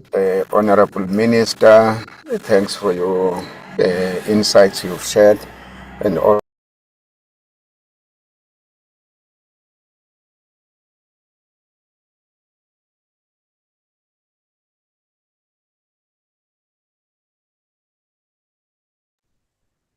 Honorable Nontsele, you are muted. Please unmute. so, I spoke. I've been speaking to myself. Sorry, Chair. Chair, my point is to say, firstly, is to again extend greetings to you, to Honorable Minister, and honorable members on the platform. Also extend the message of condolence to Honorable Malema and his family. May they find comfort in knowing that we share in their grief. The point shared that I want to raise two. The first one is with regard to the UIF. The questions or the challenges that are raised within the fund, Chair, as I've said, whilst I had muted myself, is that the challenges are almost similar to challenges that have been plaguing the entity even in the previous term. And it is important, therefore, that the both entities, insofar as it relates to their departmental heads, do try their level best to ensure that these challenges are in fact overcome, particularly when we talk about repositioning of these two entities. Because if, for instance, these challenges persist, they would in fact undermine the good intentions towards repositioning the entities. In particular, Chair, when talking to the compensation fund, the issue here relates to the claims procedures that seem to be always to be challenged, including the account verification system that is in fact also problematic. As a result, the beneficiaries on the other hand tend to suffer. So my question would be framed as follows, Chair, that what specific measures can be implemented to reduce the payment rejections caused by the account verification system data mismanagement and improve the accuracy of the beneficiary records? The second one is with regard to unemployment insurance fund, which basically I've already covered the part of the history, because both entities suffer almost from similar challenges, notwithstanding that they from different angles and in fact also objectives.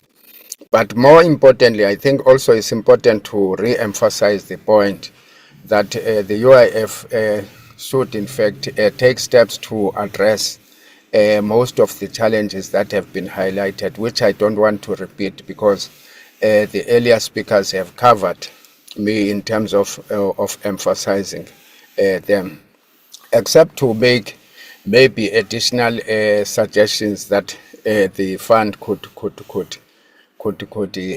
consider, such as for UIF to include acceleration of the finalization of its organizational structure to boost human resource capacity, and as well as to reduce operational bottlenecks, particularly in claims adjudication, as this will improve efficiency and reduce backlogs.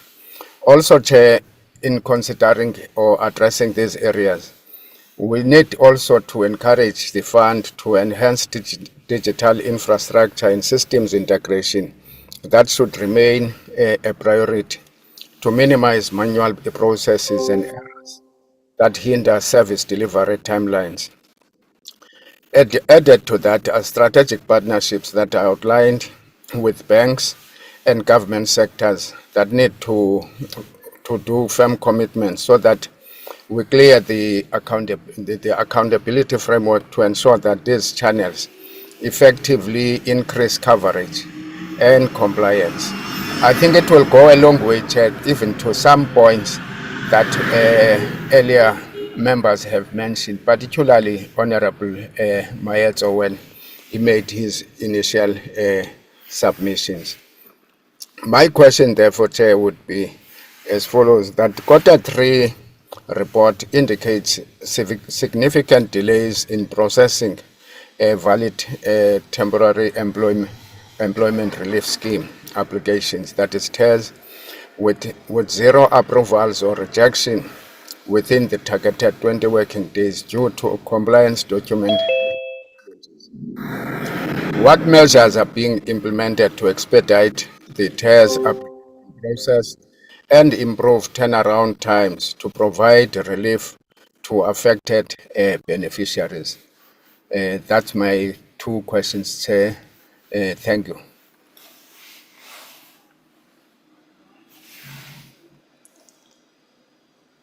Honorable members, if you can just lower the hands so that I know if at a time you are raising the hand for order, Honorable Basson. If you can just lower your hand, or IT assist us on that. We'll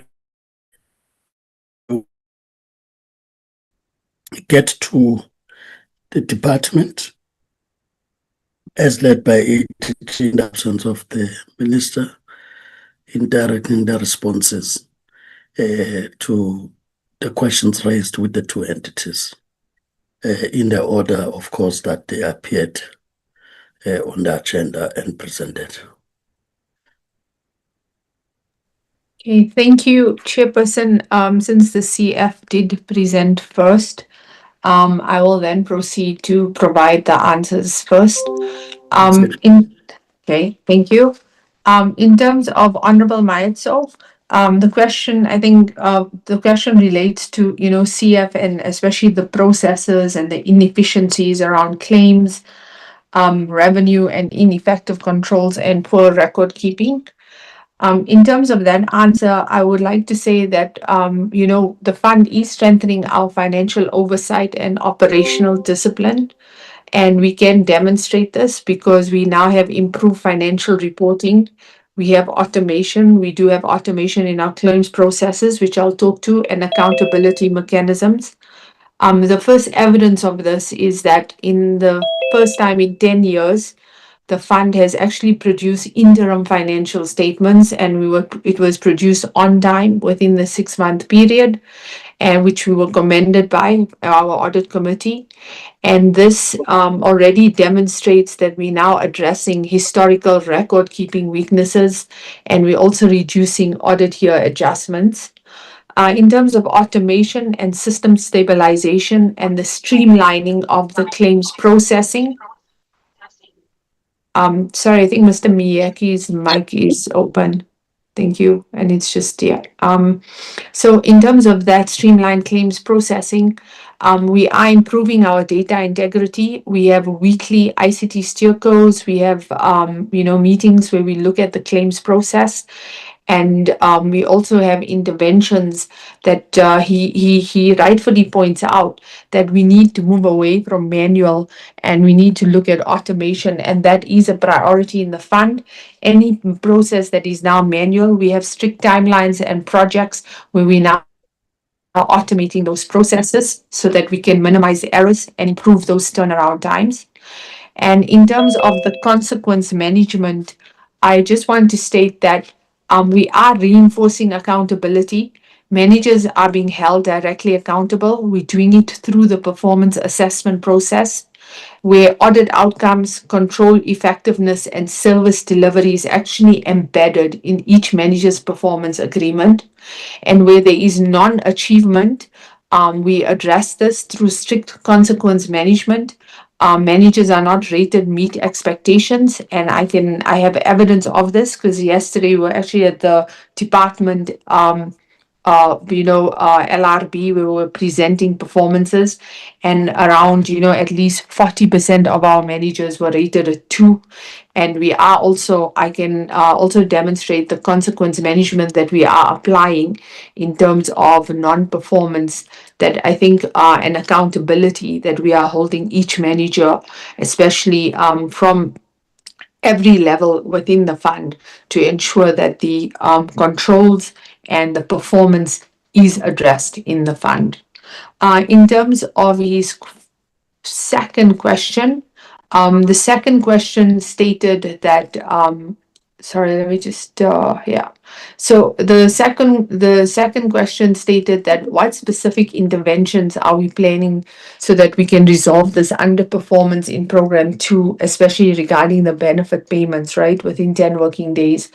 So in terms of this underperformance, what I also just want to emphasize, this underperformance on payment here is linked to medical service providers and the strict controls that we implemented in quarter 3 because of the high risk of fraud within that section. For the past quarter 1 and quarter 2, when we saw rejections with injured workers and pensioners, we have resolved those issues and we are ensuring that those beneficiaries are receiving their payments. So in terms of that, if I can just state that what are the actions that we are taking, the interventions, we have corrective actions. We have a phase 2 now project that will further stabilize our beneficiary bank account verification, and it's going to reduce any manual interventions and this problematic AVS, as it was put, but is required because it is a control that AGSA wanted to see within the fund. This, we are refining it so we can handle our risk-based claim priorities. And progress is closely monitored through our weekly ICT steering committee meetings, which I chair as the acting commissioner, so that I can ensure that there are system enhancements and they actually translate into improved payment turnaround times, whilst we still maintain a sound control environment. The next question was, how will the CF accelerate the implementation of, which we pointed out on our slides, that we have master data analytics, and we also have, the monthly ABS exception reporting. I've been trying with Cyberman, but it just rings and then it is dropped. Nyeki, this is our meeting that you are disrupting. Mute or ICT help us to remove Nyeki from the platform. This is the second time that this is now happening. So it distracts us a bit. Commit support, if you can activate ICT to help us in such situations, please. You can then proceed. Sorry, Commissioner. Okay, thank you, Chairperson, for that intervention. So in terms of what we're doing to accelerate the master data analytics, in the interim right now, we are already cleaning up our data. However, to cement the data cleansing, we're in the process of procuring a master data governance capability, where we're going to get resources to look at the entire data within the fund and to clean up that data. And the timelines for that is in the next new financial year, next quarter 1, to implement that procurement. And in terms of our monthly AVS exception reporting, we have institutionalized these reports now so that we can identify data integrity weaknesses and we also have targeted corrective actions. Again, I just want to emphasize that the oversight of this implementation in terms of our system integration and our data quality improvements is conducted through our weekly ICT steering committee meetings, and we ensure that there is sustained management attention and there's timely resolution of these control deficiencies. Thank you. And then I think Honorable Basson, Honorable Zungula, and Honorable Mokopani all spoke about the underspending and the concerns around the underspending. So if I can just address all of their questions in this one answer here. So first of all, I'd like to please point out that the underspending is recorded under Program 1, right? So Program 1 is our administrative program within the fund. Programs 2 and 3 are the core service delivery programs. Those remain operationally active and they protected with expenditure, right? That's directly linked to claims adjudication, benefit payments, medical invoices, and rehabilitation services. That spending is within the upper 60% ranges, which is close to the 75% that we should be at. But in terms of the underspending of Program 1, as we pointed out in our presentation, it does arise mainly from the delayed finalization of ICT contracts. However, with our new director, SCM, we have now implemented a plan and a timeline, strict timelines, where we're going to fast track those procurements. And also, I think, like we pointed out in the previous Q2 presentation, when it comes to the fund, in terms of Program 1, there's expenditure that we can only realize at the end of the quarter. And that's quite big amounts, which is like a 5 billion for deferred debt provision journals, and also, the provision for outstanding claims. And that's only realized at the end of the quarter. So when we prioritize this expenditure in Q4, you'll see a much more better aligned spending in terms of Program 1, and that will improve the spending. However, the commitment that I want to give is that the fund is going to deliberately prioritize delivery-linked compliance spending in Q4 so that we can ensure that resources are fully aligned to beneficiary outcomes. Okay. And I think that was Honorable Basson, Honorable Zungula, and then Honorable Nokopani on that, on the underspending in Program 1. And then Honorable Selepe, just I think on the compensation funds. I know there was a lot of questions on the inspectors, etc. I think that unfortunately falls under IAS in the department, so I am unable to answer that question. But for the relevant question that related to the compensation fund, where we mentioned on our slide that, we're identifying fraudulent payments in this AVS verification and, we're stopping and closing them. I would just like to point out that that was the case before AVS. You would have fraudulent payments and then they would go into the account of the fraudster, and then we had to track that account and work with the fusion center and the asset forfeiture unit and the NPA to then recover that monies, right?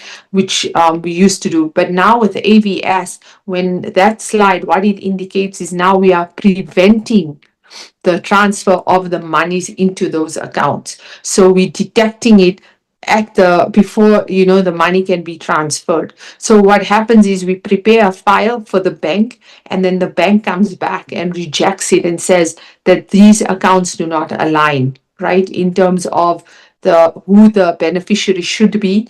The bank account that they have in terms of the ID number, name, surname, etc. does not align, and therefore there's a rejection upfront. So we're ensuring that there is no transfer of monies through the implementation of the account verification system. I think Honorable Zungula, just on the labor centers and the crisis there in terms of the infrastructure, what I can mention as the fund, we are working closely with the DEL there is a project in terms of improving that infrastructure and getting an independent infrastructure for, especially within the labor centers. And I think the UIF also might agree with me, because the current infrastructure doesn't serve our operational needs. I don't have those timelines because it is under the Dell CIO, but we are working closely with him on that. And then I think Honorable Mukwele said it's UIF only. And then Honorable Nonsele's question was in terms of, again, what specific measures can we implement to reduce the payment rejections caused by AVS and improve the accuracy of beneficiary records. So I am giving assurance that we are working on those records. We're phoning all of our beneficiaries. We check with them exactly when we get a rejection, what is it that they submitted wrongly to us? Was it an account number? Was it an ID number? Because sometimes what you find is maybe a pensioner or a beneficiary wants the money to be transferred, I don't know, like maybe to a daughter's account or, a family member, etc. And then we have to state that no, the account number, like the money has to go into your account. So in terms of that upfront data validation, and we standardizing the records, and that we are doing tighter integration between our claims processing and our AVS outputs. And we've also updated, our processes where we capture banking details so that, we upload the specific documents that have been given to us by the beneficiary so that we can ensure that there's stricter controls around it. Also, I just want to raise, I think what the challenge also is with a lot of old pensioners. They were with like Post Bank and, some of these banks that don't participate in the account verification system. So we've contacted them to say, please, can you move your bank account? Because this is also for the safety of your money, and your funds, so that fraudsters can't target it and, transfer it into another account or intercept that payment. So we're also doing those sessions. Sorry, and just on Honorable Mayat, so I just wanted to state an apology, I did forget to state this because he said that, in terms of advocacy also that, there's a lack of it, etc. So I do apologize. In the next presentation, we'll bring also the advocacy sessions that we do. We are targeting, the most vulnerable. We've had a lot of advocacy sessions with domestic workers and farm workers and also employers in terms of how to facilitate much more better, quicker, claim turnaround times. There is a dependency, on these stakeholders and how they give us information, especially the employers. But what we are going to do in the next financial year, we're going to have targeted advocacy sessions for employers where we see high claim amounts coming in, high number of claims, and we're going to set up service desks within their offices so that we can process those claims. We've already started setting up service desks with our hospital groups like Netcare, Life, etc., where we can process claims and also process medical invoices. Thank you, Chairperson. Thank you, Chair. The next set of questions were to the UIF. Chair Honorable Maetso asked the question in relation to the death benefit claims. The question was about the delays, and we can indicate that yes, the turnaround time was actually affected by mainly two provinces, the Eastern Cape and Mpumalanga. And this was because they had old claims which were not processed on time. What we have now done, as I'd indicated previously, is that we are streamlining the reporting lines. Those people in provinces that are handling UIF claims must report to UIF head office. And we are also automating our processes so that there will not be a claim that is sitting in somebody's drawer and management doesn't have sight over that claim. So the two processes that we have now introduced will go a long way in ensuring that we never ever have a repeat of officials just sitting with people's claims, ignoring the need and the rights of people in receiving service delivery. So that aspect we are well on top of now to resolve going forward. As you would have seen, even with our stats, that there is consistent improvement on the turnaround times, particularly when it comes to claim processing, which is really the engine room of the UIF. We are strengthening all these processes around processing of correct claims to the correct people on time within the fund. Yes, the mobile buses have been a significant help in ensuring that services get closer to the people that need services, and we're reducing the cost of access to government or services by the clients of the UIF. Currently, I think we only have around we running with about 9 or 10 of the buses, so we don't have the widespread access that we would want them to eventually be able to unlock quite yet, but we are improving that as we are going. We're targeting mainly areas where even before we had labor centers that eventually had to close for one reason or the other, that we don't increase the cost of access to services, that in the malls where people gather, they can be able to also get access to the services. And we're standardizing it increasingly so that communities can know that on this particular day, they can expect to see a mobile office of the UIF at a particular place, so that they are able to plan around even availability of those services. And then on the under spending, I think the reasons are quite similar to CF, in the sense that there are some big invoices that will be paid, some coming from the department, others through our internal processes. We don't see ourselves with a huge underspend. And yes, Honorable Person, we share the important mandate of ensuring that at a time when the economy needs money being pumped into it, we are not sitting with huge underspending. Thank you for that. And Honorable Slip asked about the TERS matters in terms of some of the delays. These delays are a huge concern to myself, in that they relate to companies that are in distress. And when you're in distress, timing matters. How quickly things are responded to matters.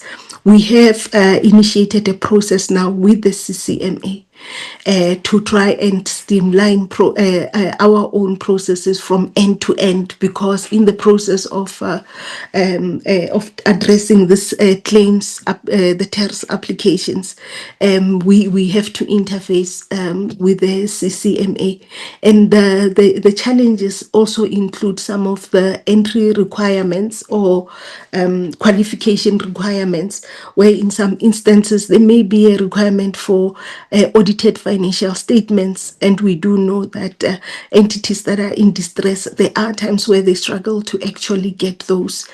Trying to see how do we still service these entities meaningfully, but not get ourselves caught up with corrupt actors who want to defraud the fund as opposed to seeking genuine help. And that's part of our big problem, that we have over-regulated the space because of the persistent corruption when rules are lapsed that then creep in. But the process is underway with the CCMA and internally within the UIF to ensure that what CCMA has done, there's no repeat of that, and that we work with speed to resolve the requests, given that those companies are in urgent need of support. We would look at EKAPA. I got a sense that we may have responded to it previously, but we will look at it. Let me give a commitment, Honorable Slip, that we will come back to yourself on that. And on employment of people with disabilities, we've also there made a big improvement of aligning departmental processes such that the work that we do in lab also assists, say, the work that is done in C. C is an entity of the department that employs people with disabilities, and they've been going through a difficult time, particularly to secure orders. And we are changing our processes in lab to make sure that if there is protective clothing that is required for any of the lab projects, that protective clothing is actually acquired from C, therefore ensuring that we've got a viable entity that is employing people living with disabilities, on top of dealing with our other vulnerable groups, the youth, and through the lab process.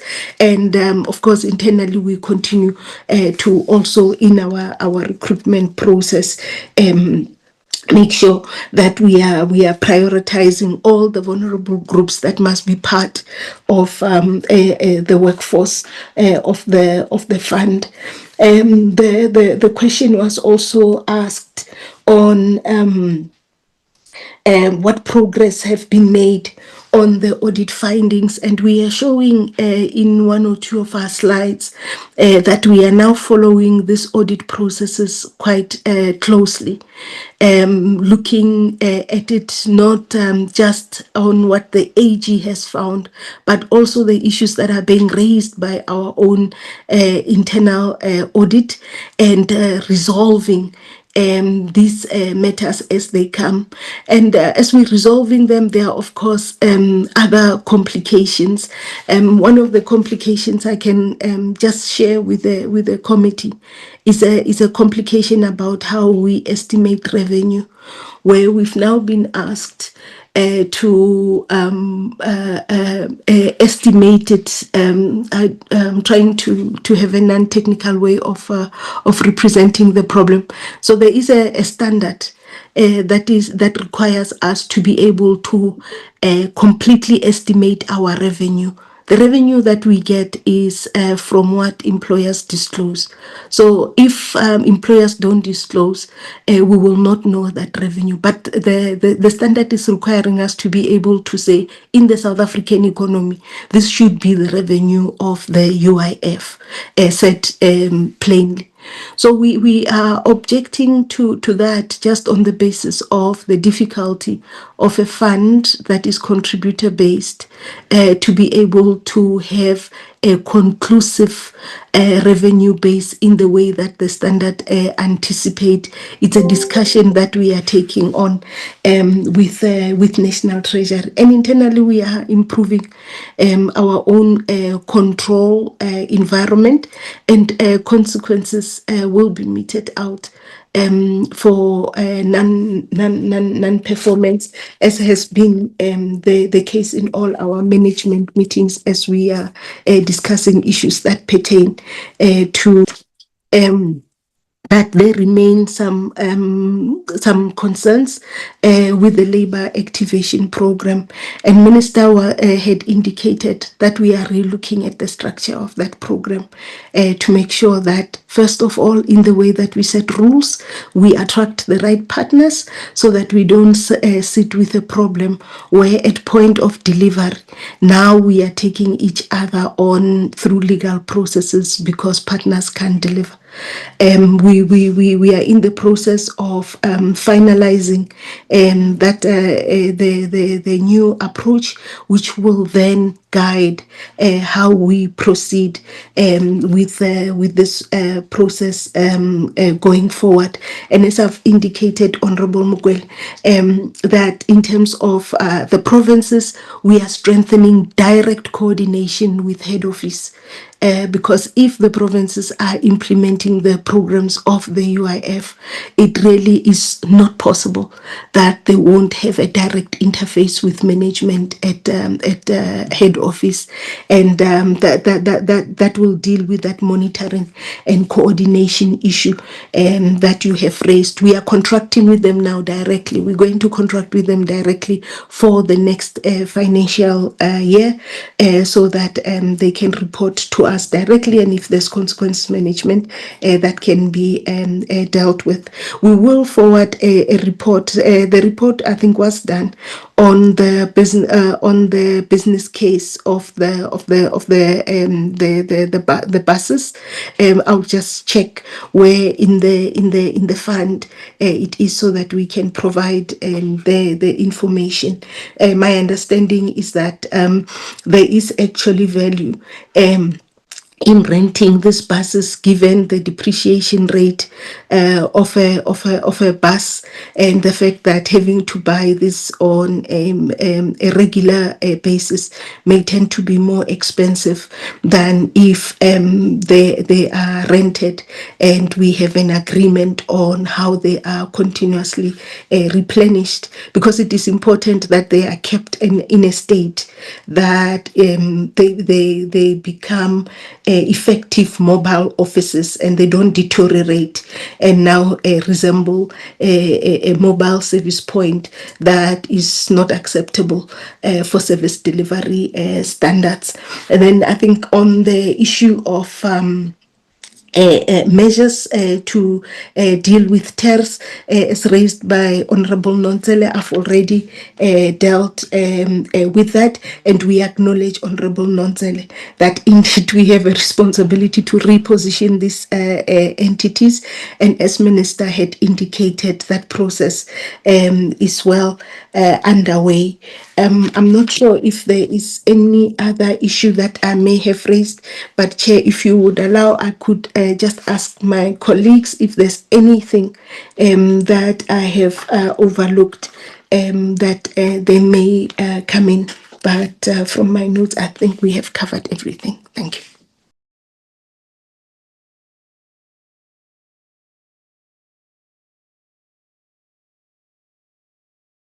Honorable Mugwele, I see your hand. No, Chair. Not good. My other question in terms of addressing the vacancy rate and the issue of the reserves that are there in the UIF are not answered. Thank you, Chair.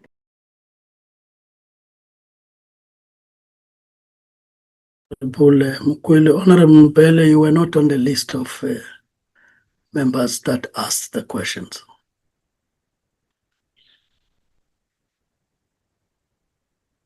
Oh, no, it's okay, Chairperson. I'm sorry that I was also late as well. Oh, yeah, I'm exposing you that you are late.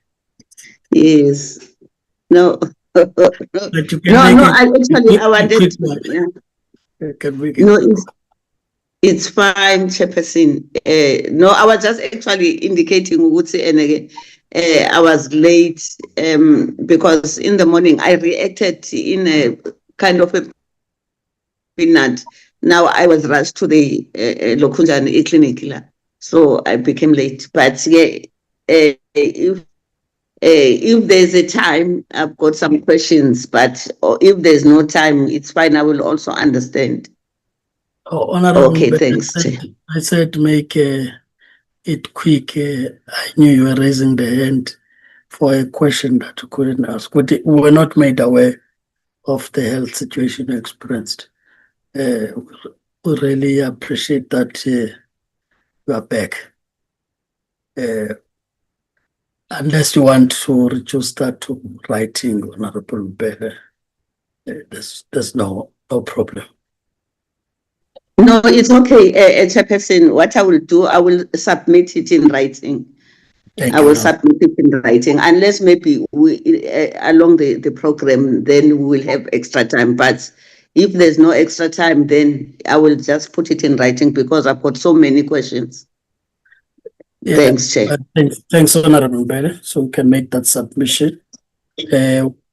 But like I said, we also were not aware of the part that relates to the health side of things.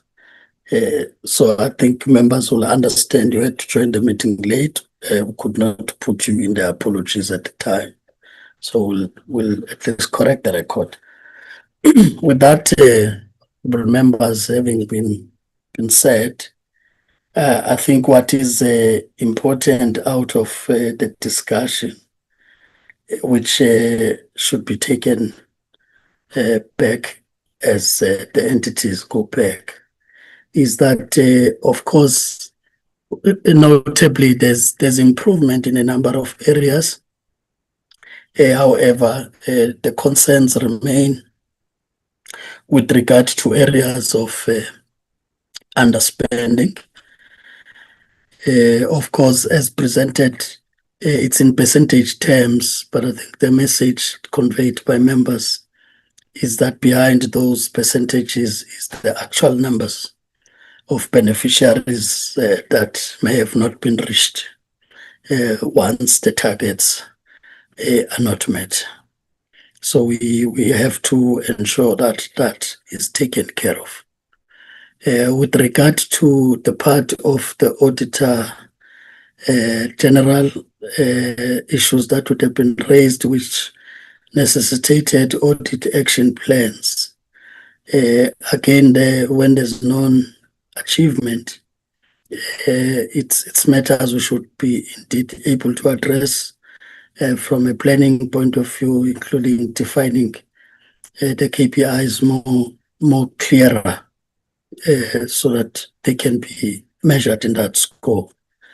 This is an important aspect in that when handling public funds, you must not leave any space of suspicion that the matters that get raised are not attended to, and therefore possibly there may be something untoward that's happening when in fact it's a matter within control where you can really define your KPIs properly and align the action plans to the timelines that are agreed upon. So I think that's something we should emphasize. But in the report, also the part of the areas of the non-performance, this includes areas in relation to lab and the qualitative approach to reports, where you are now introducing quality assurance,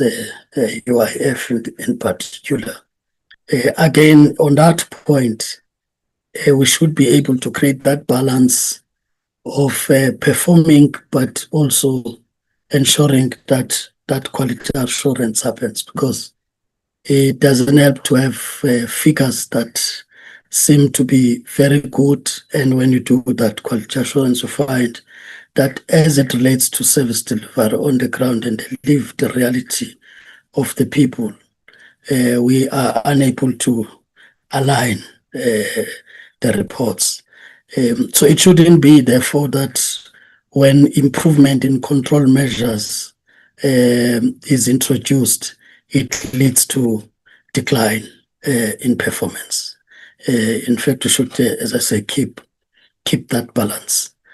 Maybe on the part about tariffs, because we continue to have that coming to and fro, it would be helpful next time as you will be coming back to the committee, because we think we will need time to look at the lab as you are proposing it, as announced by the minister, from a skills revolution placements and employment in that school, as well as the TERS from a point of saving existing jobs, that we do get a sense of explaining thoroughly the application process so that this question doesn't arise in every meeting.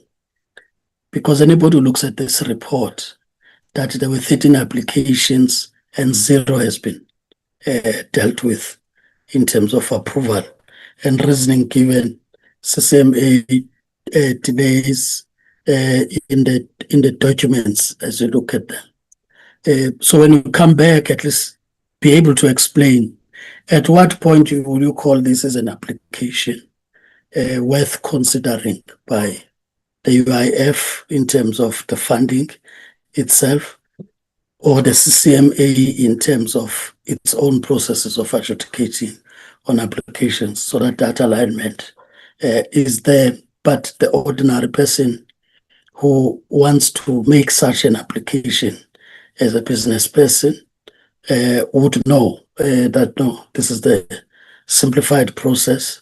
Once it gets to this stage, it is really the application worth considering. So that we don't ask you all the time what happened to the 13, and then you say no, they did not meet the requirements because essential documents were missing, which should have been dealt with right at entry of application, whether the application is acceptable or not to be taken through a process. So if it's something that would need to be quite clear on it, so that members don't continue to ask this question out of also not knowing exactly how it's done. So you'll do that without actually getting us to be dealing administratively, but more from a point of empowerment, so that even in constituencies when we're asking these questions, we're able to also simplify in response to that. Of course, I think what is also important is about pushing more and more on the claims, that the shortest period of time, which is the 10 days, must receive that attention, whether it's 25 days or 30. But at least you would know that within this period, as a beneficiary that has put in the claim, I will know my status. And once it's approved, I know within this period, it will still be paid. Just to emphasize the point that it's not just the percentages, but the people that are in numbers who represent families in this regard. Maybe the last point really is on the ICT question, and as well as the part on these mobile units. The first part that relates to the ICT, it's really this understanding that at least in areas, because the report shows that Gauteng and sometimes even the Western Cape would not perform and then go and have a rural province, like Limpopo being number 1 at 97%. So we just need to understand what really could be the problems, especially in urbanized areas where you believe that the infrastructure should be tops, because every investment, whether it's fiber or anything, happens in such provinces. And that is where the volumes also are in terms of people queuing for the benefits. So I think that's something that needs to be looked at. And if the ICT related problems still talk to the SAP, where you are plugging on from a department side, want to emphasize the point we have been putting up, that we understood that we had permission to look at solutions that could help the entities to deliver outside of that arrangement. So that's really the point there. The other point which relates to the vehicles, I think we'll still need, even though there's been this response that we have received that is cheaper to rent and so on, that you come back on it, because I think the main question, as we discussed this in the committee before, was that your specifications of these mobile offices can't be used by anybody. It's yourselves, because they are based on the needs you have to create this mobile office with the technology that relates to the UIF, which cannot be used by anybody else. Whether then the option of every 36 months for it and for the same thing, and why other options would have not been looked at of build, operate, and transfer, because in any way, even if it's rental, surely the pricing includes the maintenance that keeps it to be in a good state, like you would have indicated. So I'm just saying it's not a matter we should just say it's closed, but please come back to convince so that we are able to explain it. Because in the sixth term, I think this is where we're taking it from, that in the sixth term, there would have been events, unveil them and all that, and then we got on the ground, and only to find that there were contractual issues that happened in the process, and those were no longer available, and yet would have been made to pronounce that these services are reaching up to the people. So I just thought it does help to have these clarified at the end, so that you know when you come back what are those things that we are really looking up to. With that having been said, we really appreciate, of course, that you have come, and I started on that point, that there are quite a number of areas of improvement, but it doesn't mean that we should not address those challenges where there's non-achievement, and that we can back it up with evidence that from where we started, the complaints we've had on the entities, there's been some progress that would have been made. So we thank you. You can stay on the platform if you so wish, but please don't give it as the reason that you could not have time to go and address these areas in that school. Honorable Mukwili, on what point are you raising? Thanks, Chair, for giving me an opportunity. No, I was also requesting that the questions that I have asked be attended to in writing, because they were not attended to. So, including on what you just said on the issues of buses and everything, let the questions, my questions, be also included in We writing. will Thank take you. that. Thank you, Honorable Mukwili. We'll take that together with the ones of Honorable Mbele, which I've already indicated earlier that it will be in writing. We will allow them to, as I said, leave as committee support puts up the minutes. Thank you. Committee Secretary.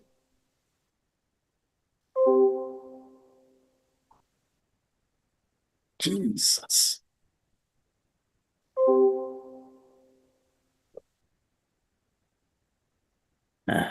Technology.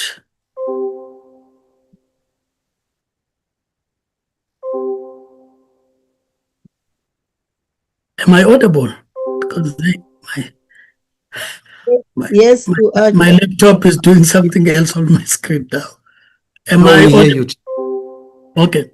Yes. We are now, honorable members, I hope you are able to see the minutes as projected for the Wednesday, the 11th of March, 2026, which was the briefing by the CMA Network and Productivity South Africa, and we also considered minutes. You can look at those that were present to facilitate the next task.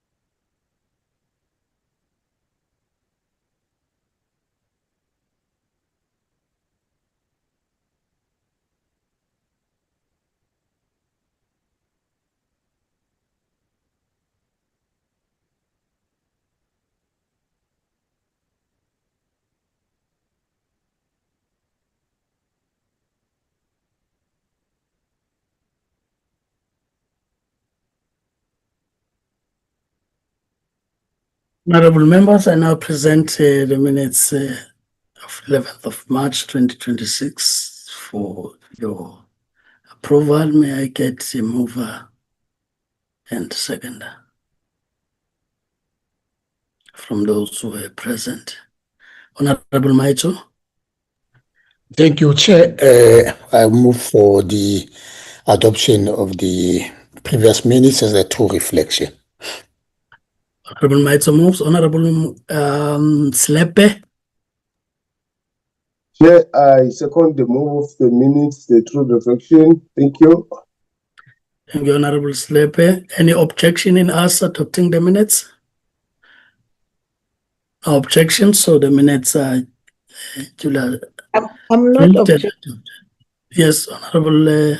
I'm actually not objecting the minutes, Chair, but there's a watermark in the minutes that we are adopting that says edited. So I don't understand that caption. Maybe it was supposed to be draft, that watermark. What is the significance of that watermark in the minutes that are not yet being edited? They were just drafted and being adopted. Thanks, Chair. I don't want us to have a discussion on it. I'm sure committee support, you did get the point raised by Honorable Mukwele that you are presenting draft minutes for approval by the committee. Yes, Chair. Yes. So thanks, Honorable Mukwele. I thought you want to really violently object to us adopting the minutes. So the minutes are adopted just for official record. Of course, that correction, even for the future, will be made. Having adopted the minutes, I take it that, like we said, we'll have it a standing item. Just again, as we know, we should be on a study tour on social protection in Brazil. Comment support, if there are any other updates to make, you can just indicate. Yes, Chair. There will be just a brief, update on the logistics, but just briefly from my side, I am working with Mr. Shai from the mission to fast track the question of a program, Chair, because that's what is holding us now to see which meetings have been. I very much hope, Chair, that by end of today we will have at least something as he promised. But Chair, from the point of logistics, Uposhia will just briefly, Chair, through you, give an update. Thank you, Chair. Thank you, Mr. Darwin. Thank you, Chairperson, and greetings to members and colleagues. Chairperson, nothing much has changed from the update that we've given in the past week. All bookings have been confirmed. What I can like to check with members, this week I also processed SNT requests. So members that have not received their SNT yet can kindly indicate to me so that I can follow up. I have also submitted a request for roaming, and the people responsible are busy processing it, and the roaming will be activated by the time the delegation departs from South Africa. That's all I can report for now, Chair. Thank you.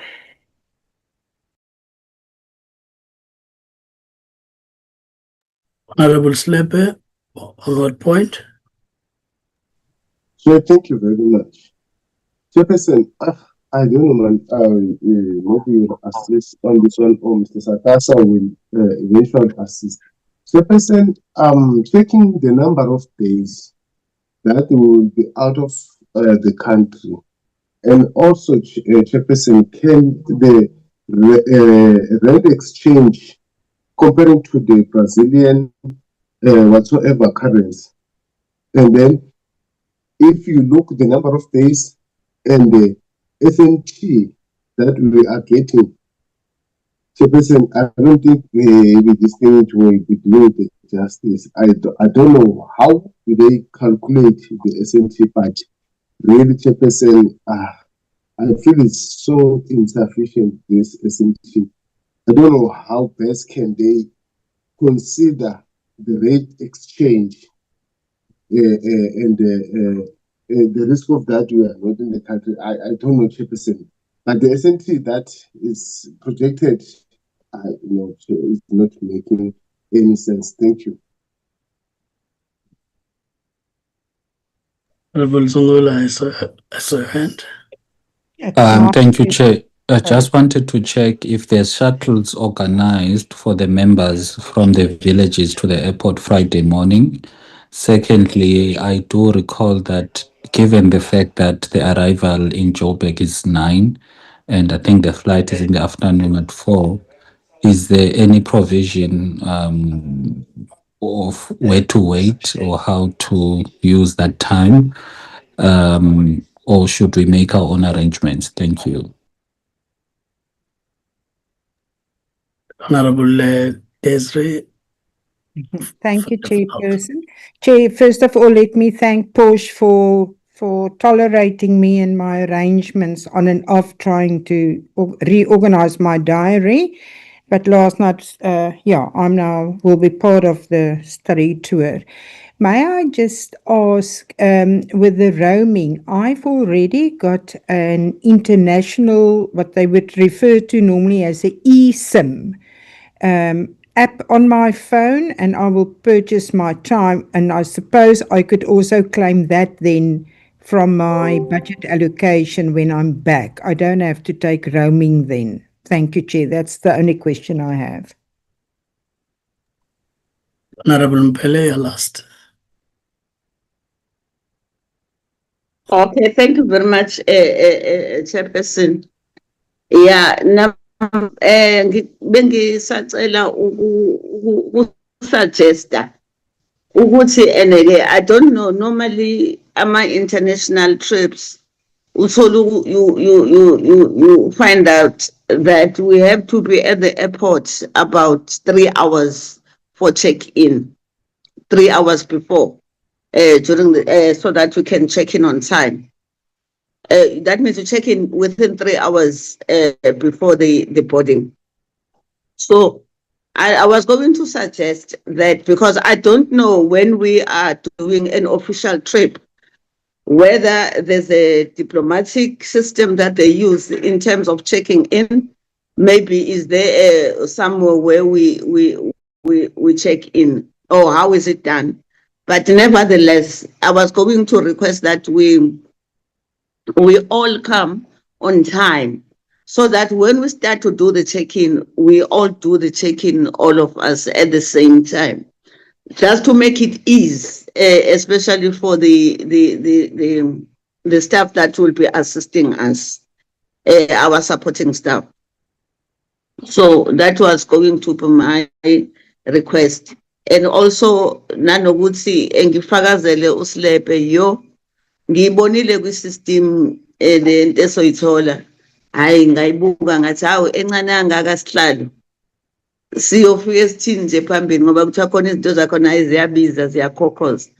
So nalokho ngiyamfakazela u-Honorable Lokhunjani, and mina-ke I haven't got it yet, angayitholi, but ngiyibonile nje kwi-system yesterday. Ngiyabonga, Chair. Basenibonile nina. Honorable Mkhweli. Thank you very much, Chairperson.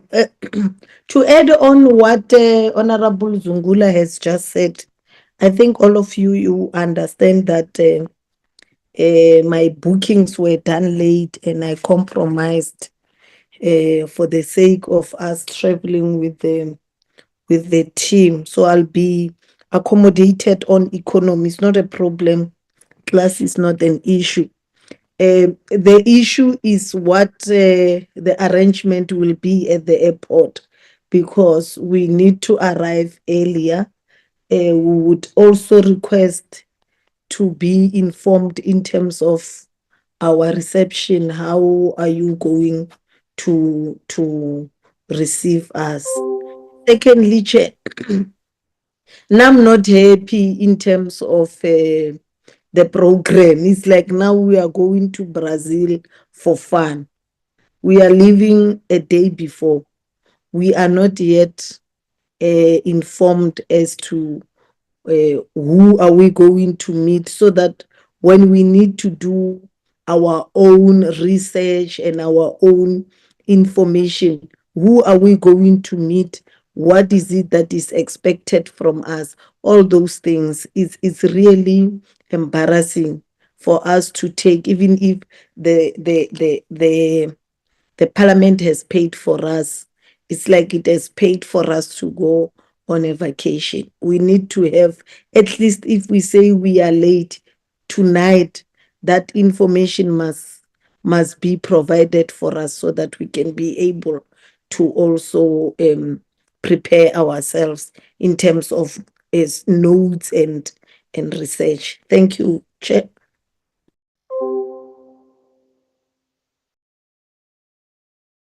Honorable Nanzele.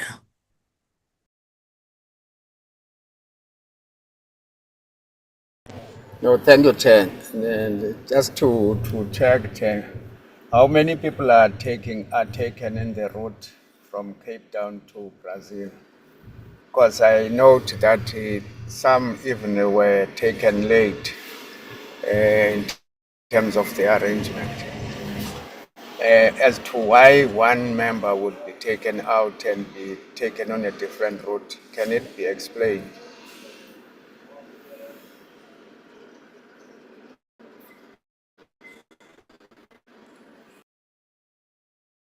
Thank you, Honorable Nanzele. Can we get responses? Ms. Ndabeni and Mr. Sagasa.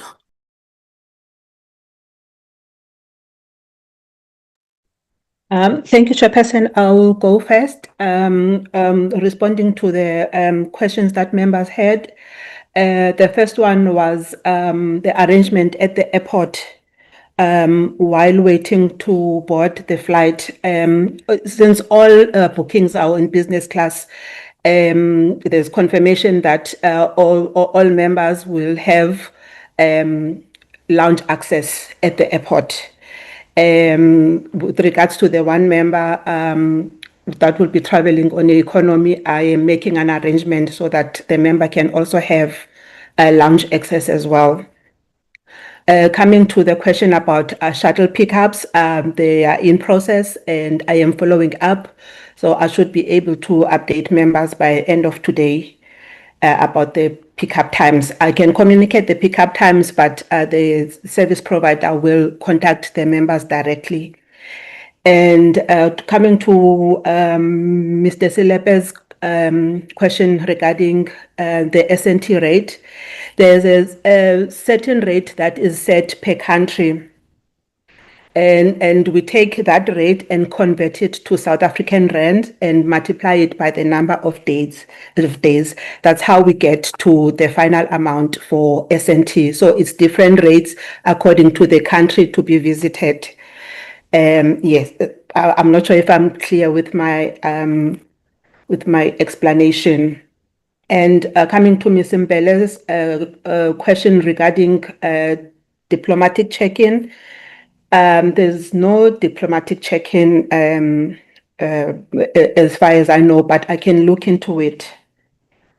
And with regards to Ms. Honorable van der Walt, I will get details from her after the meeting, and then I will follow up on that. I'm not sure if I've covered all the questions. Thank you. Oh, with regards to the question by Honorable Nontsele, why only one member is booked from Cape Town? On the day that the tickets were issued, as I've always do, I first prioritize the members. But that evening, because the tickets were issued at night, that evening the travel agent came back to me to say that 2 members were not confirmed, were on wait list on the Joburg flight. So what I did, I asked who has been confirmed. I requested that at least all the members must be confirmed on the flight in Johannesburg, but they say that because the flight at that stage was full, so if they want to do the swap, they'll have to cancel that booking, and it's not a guarantee that they'll be able to get that seat booked to do in order to do the swap. So I think a day later or two, one member got confirmed, and there was one that was still on wait list. It was waitlisted for about 2-3 days. And because now the fear was that other options will be fully booked, because they said that for on the Johannesburg flight that the rest of the members are on, there were only economy seats available. So I then, on the 3rd or 4th day, I then requested the travel agent to look at other options, maybe an option from Cape Town. So that's when they said that there is business class available from Cape Town, which then I had, I think I did call the member just to check if they are fine with that arrangement. So that's how it happened, that only one member was confirmed on the Cape Town route. Thank you, Chair.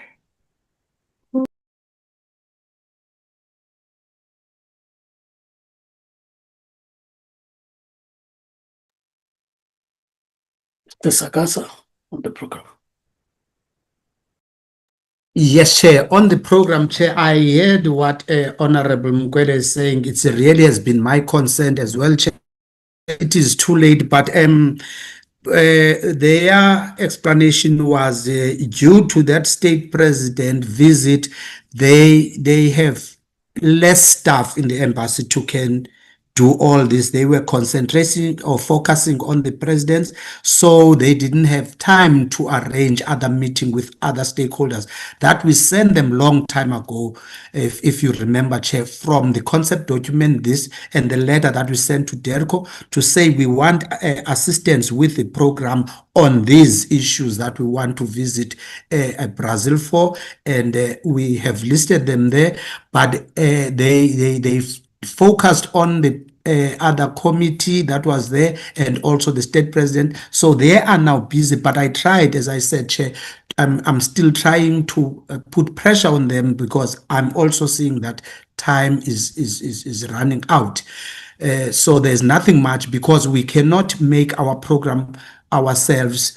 We only suggest these are the institutions or companies that we would like to meet. This is the parliament, this is the labor. So they only confirm the labor minister on the 23rd, the first day, but the others, they are still arranging with them, Chair. But as I'm saying, Chair, I'm trying to put pressure on Mr. Shai, who is our contact there, to fast track this, Chair. I am really also concerned with that, but I think by today I might make a breakthrough. Thank you, Chair.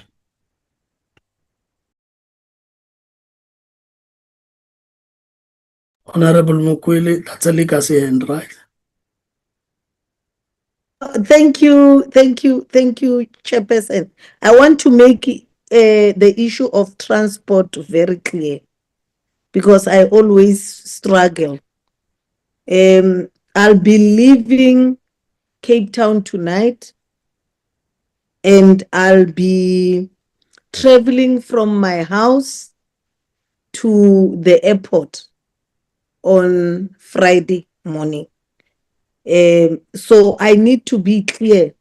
Am I going to be offered transport like other people will be offered transport? Or must I use my car to drive myself to the airport and then I will claim after? And if I claim, what is it that is needed from me for the traveling claim from my house to the airport? Thank you. Honorable Nonzale, that delicacy hand.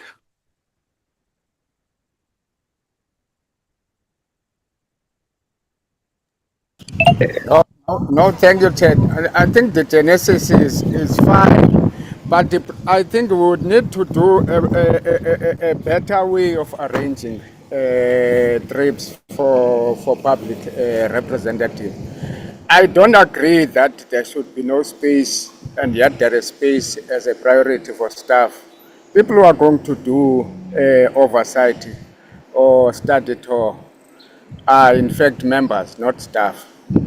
So this explanation is just not acceptable, and it must be understood in that context. You can't have up and down running when it relates to members, and you don't even have in your report an explanation that you have this to swap this stuff for that other stuff. I think that's the point, Chair, that it should be accepted, that the explanation is just completely unacceptable, and it falls completely outside discipline and protocol that is supposed to observe when members are in fact taking out a trip. So in that regard, therefore, the report on my side, it doesn't make sense and it is not acceptable. Thank you, Chair. We note that, Honorable Nonzale. Honorable Maitso. No, thank you, sir. I just want to check from the staff, are there any arrangement in as far as the the airport transit is concerned? Because I've noticed that we're flying from Johannesburg to Sao Paulo, and then we'll sit a few hours there, and then we catch a flight to Brasilia. So is there any arrangement for airport transit? Thank you. Through you, Chair, if I may answer that, I think Uposhia has just said that the agency has been alerted on the lounges. There is no, I'm told that there is no, between Sao Paulo and Brasilia, there's no business, everybody's economy, but the agency is going to arrange for lounge there to sort of wait while waiting in transit for the next connecting flight. Chair, if I may also as well just chip in on the question that was, or the suggestion of Honorable Mbele, also in conjunction with what Honorable Mkwele is saying, that she'll be traveling or driving to Johannesburg. The suggestion of Honorable Mbele was that at least if we can all meet at the same time, so that even if there is no assistance from the mission or check-in, but we all go in one at one time. Like I think the flight is at 3, so if we can have that 3 hours, maybe by 12, we all go to check in on the international side, because I'm told by Porsche, I think the last person is Honorable Nkopano, who's arriving at. But then I don't know about those that will be. I want to concur with the suggestion that we all maybe meet at 12 to go in. Thank you, Chair.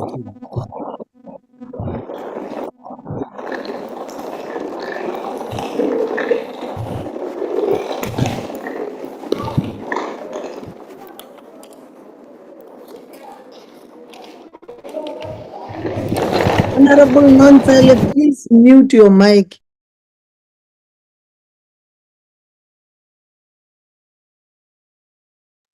I was talking to myself. I was also asking Honorable Nonzale to mute.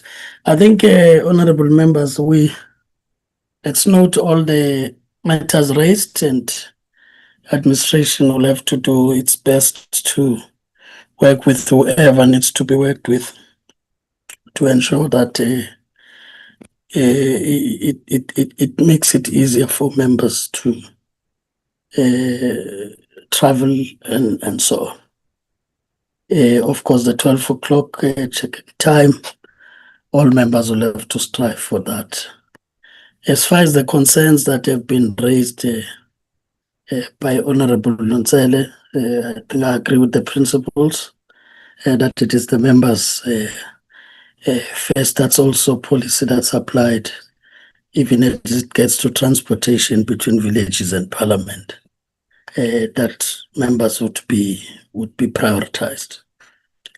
But that's maybe something we may want to come back and resolve so that we understand whether also there are challenges from the side of the agency or whether it was a lapse on the side of administration to look at this matter in that way. That's important also to keep members together and be able to confer to each other as members in that score. So we'll not leave it like that, but it's something to work on so that we improve in the next one. But I think this other point, really, it's a matter we would have raised, that at least even if you do not get to engage everybody in the stakeholders, if the minister would have confirmed, you would have dealt with the executive where an entity reports, which is the same case where I have a minister here, that reports come through.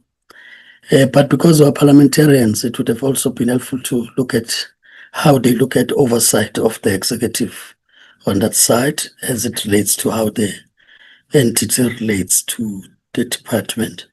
But as well as the entity itself, it would have been good to have the engagements like we're having with UIF on this side. And this includes probably testing the lived reality of the people there in terms of how they relate to services that are received.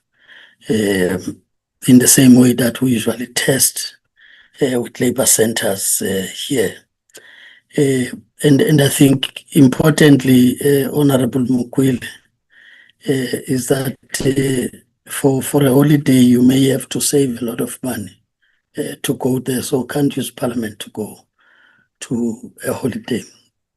The important thing here is that the purpose is to really look at the social protection they have, how this entity is positioned in preparation for us to look at how we'll be engaging the report on the repositioning of the UIF, which in terms of timelines, it's supposed to be finalized by next year, which is 2027.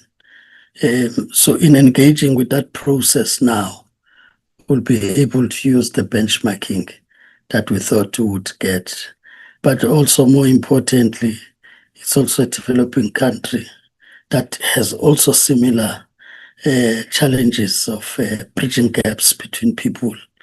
As human settlements would have also been there, they would have also been looking at the informal housing side of things and how services get to reach people in that score. So we'll be also looking at everything else in terms of how we need to relate. However, as Mr. Sagasa would have said, that is also quite dependent on the arrangements that the agency, the embassy that must support our statutory, it's able to put things forward. So let's just hope that we will be able to get this by end of the day from the embassy. And this excludes the day that we get to the embassy itself and be probably briefed or inducted shortly about the space and everything else. So I just thought I should make that point so that it doesn't look like these matters would have not been looked at, but were just, of course, I won't attempt to speak to what honorable members have seen in the system. I've not seen it myself, but Ms. Ntaveni has indicated how that calculation is made, on a lighter note, local government went to Ghana just after the 1996, I think. After the 1996 African Nations Cup, and the decision they took on the Ghanaian CD 1:1. And then we get the 1:1 US dollar. It meant Honorable Slepe could not survive if we were to be there for the duration. Otherwise, we may end up joining those that are on the street selling water to make income. So I think it's a matter that, again, needs us also in our different caucuses to be able to raise it with the powers that be in Parliament to look at that, so that those that implement at the end are also informed by these realities, that things that may have been there in the past with things that are changing, there may be implications which may be quite dire. With that, honorable members, I take it, Mr. Sagasa, there was no other items as we concluded the ones that were on the agenda. That's correct, Chair. That was the last item on the agenda. All right. No, thank you then, honorable members. Honorable Mukuli, you want to close the meeting? Yeah, sorry, Chair. I just want, before you close the meeting, Usis Poshia to explain to us that will be driving what is it that is needed in terms of the claims and everything, because I always struggle, Chair, with the committee claim when I used my car to meet with the team. Thanks. May I suggest in that way that you've made that point, Mr. Ntabeni, if you can spend time with Honorable Mukwele and take a practically on what is needed, what are the options to ensure that that claim goes through. So I'm one of those that will not have the Parliament car and would have to drive myself to the airport. So you'll be able to do that so that we do not extend the meeting on a specific matter that could be dealt with. Mr. Ndabeni, I'm sure you hear. So just after this, speak to Honorable Mukwele. She's satisfied with that approach. Honorable members, that takes us to the end. Then the meeting stays adjourned until we convene again, and those that will be going to this house, you will meet in the house. Thank you. Meeting adjourned. I knew my sister.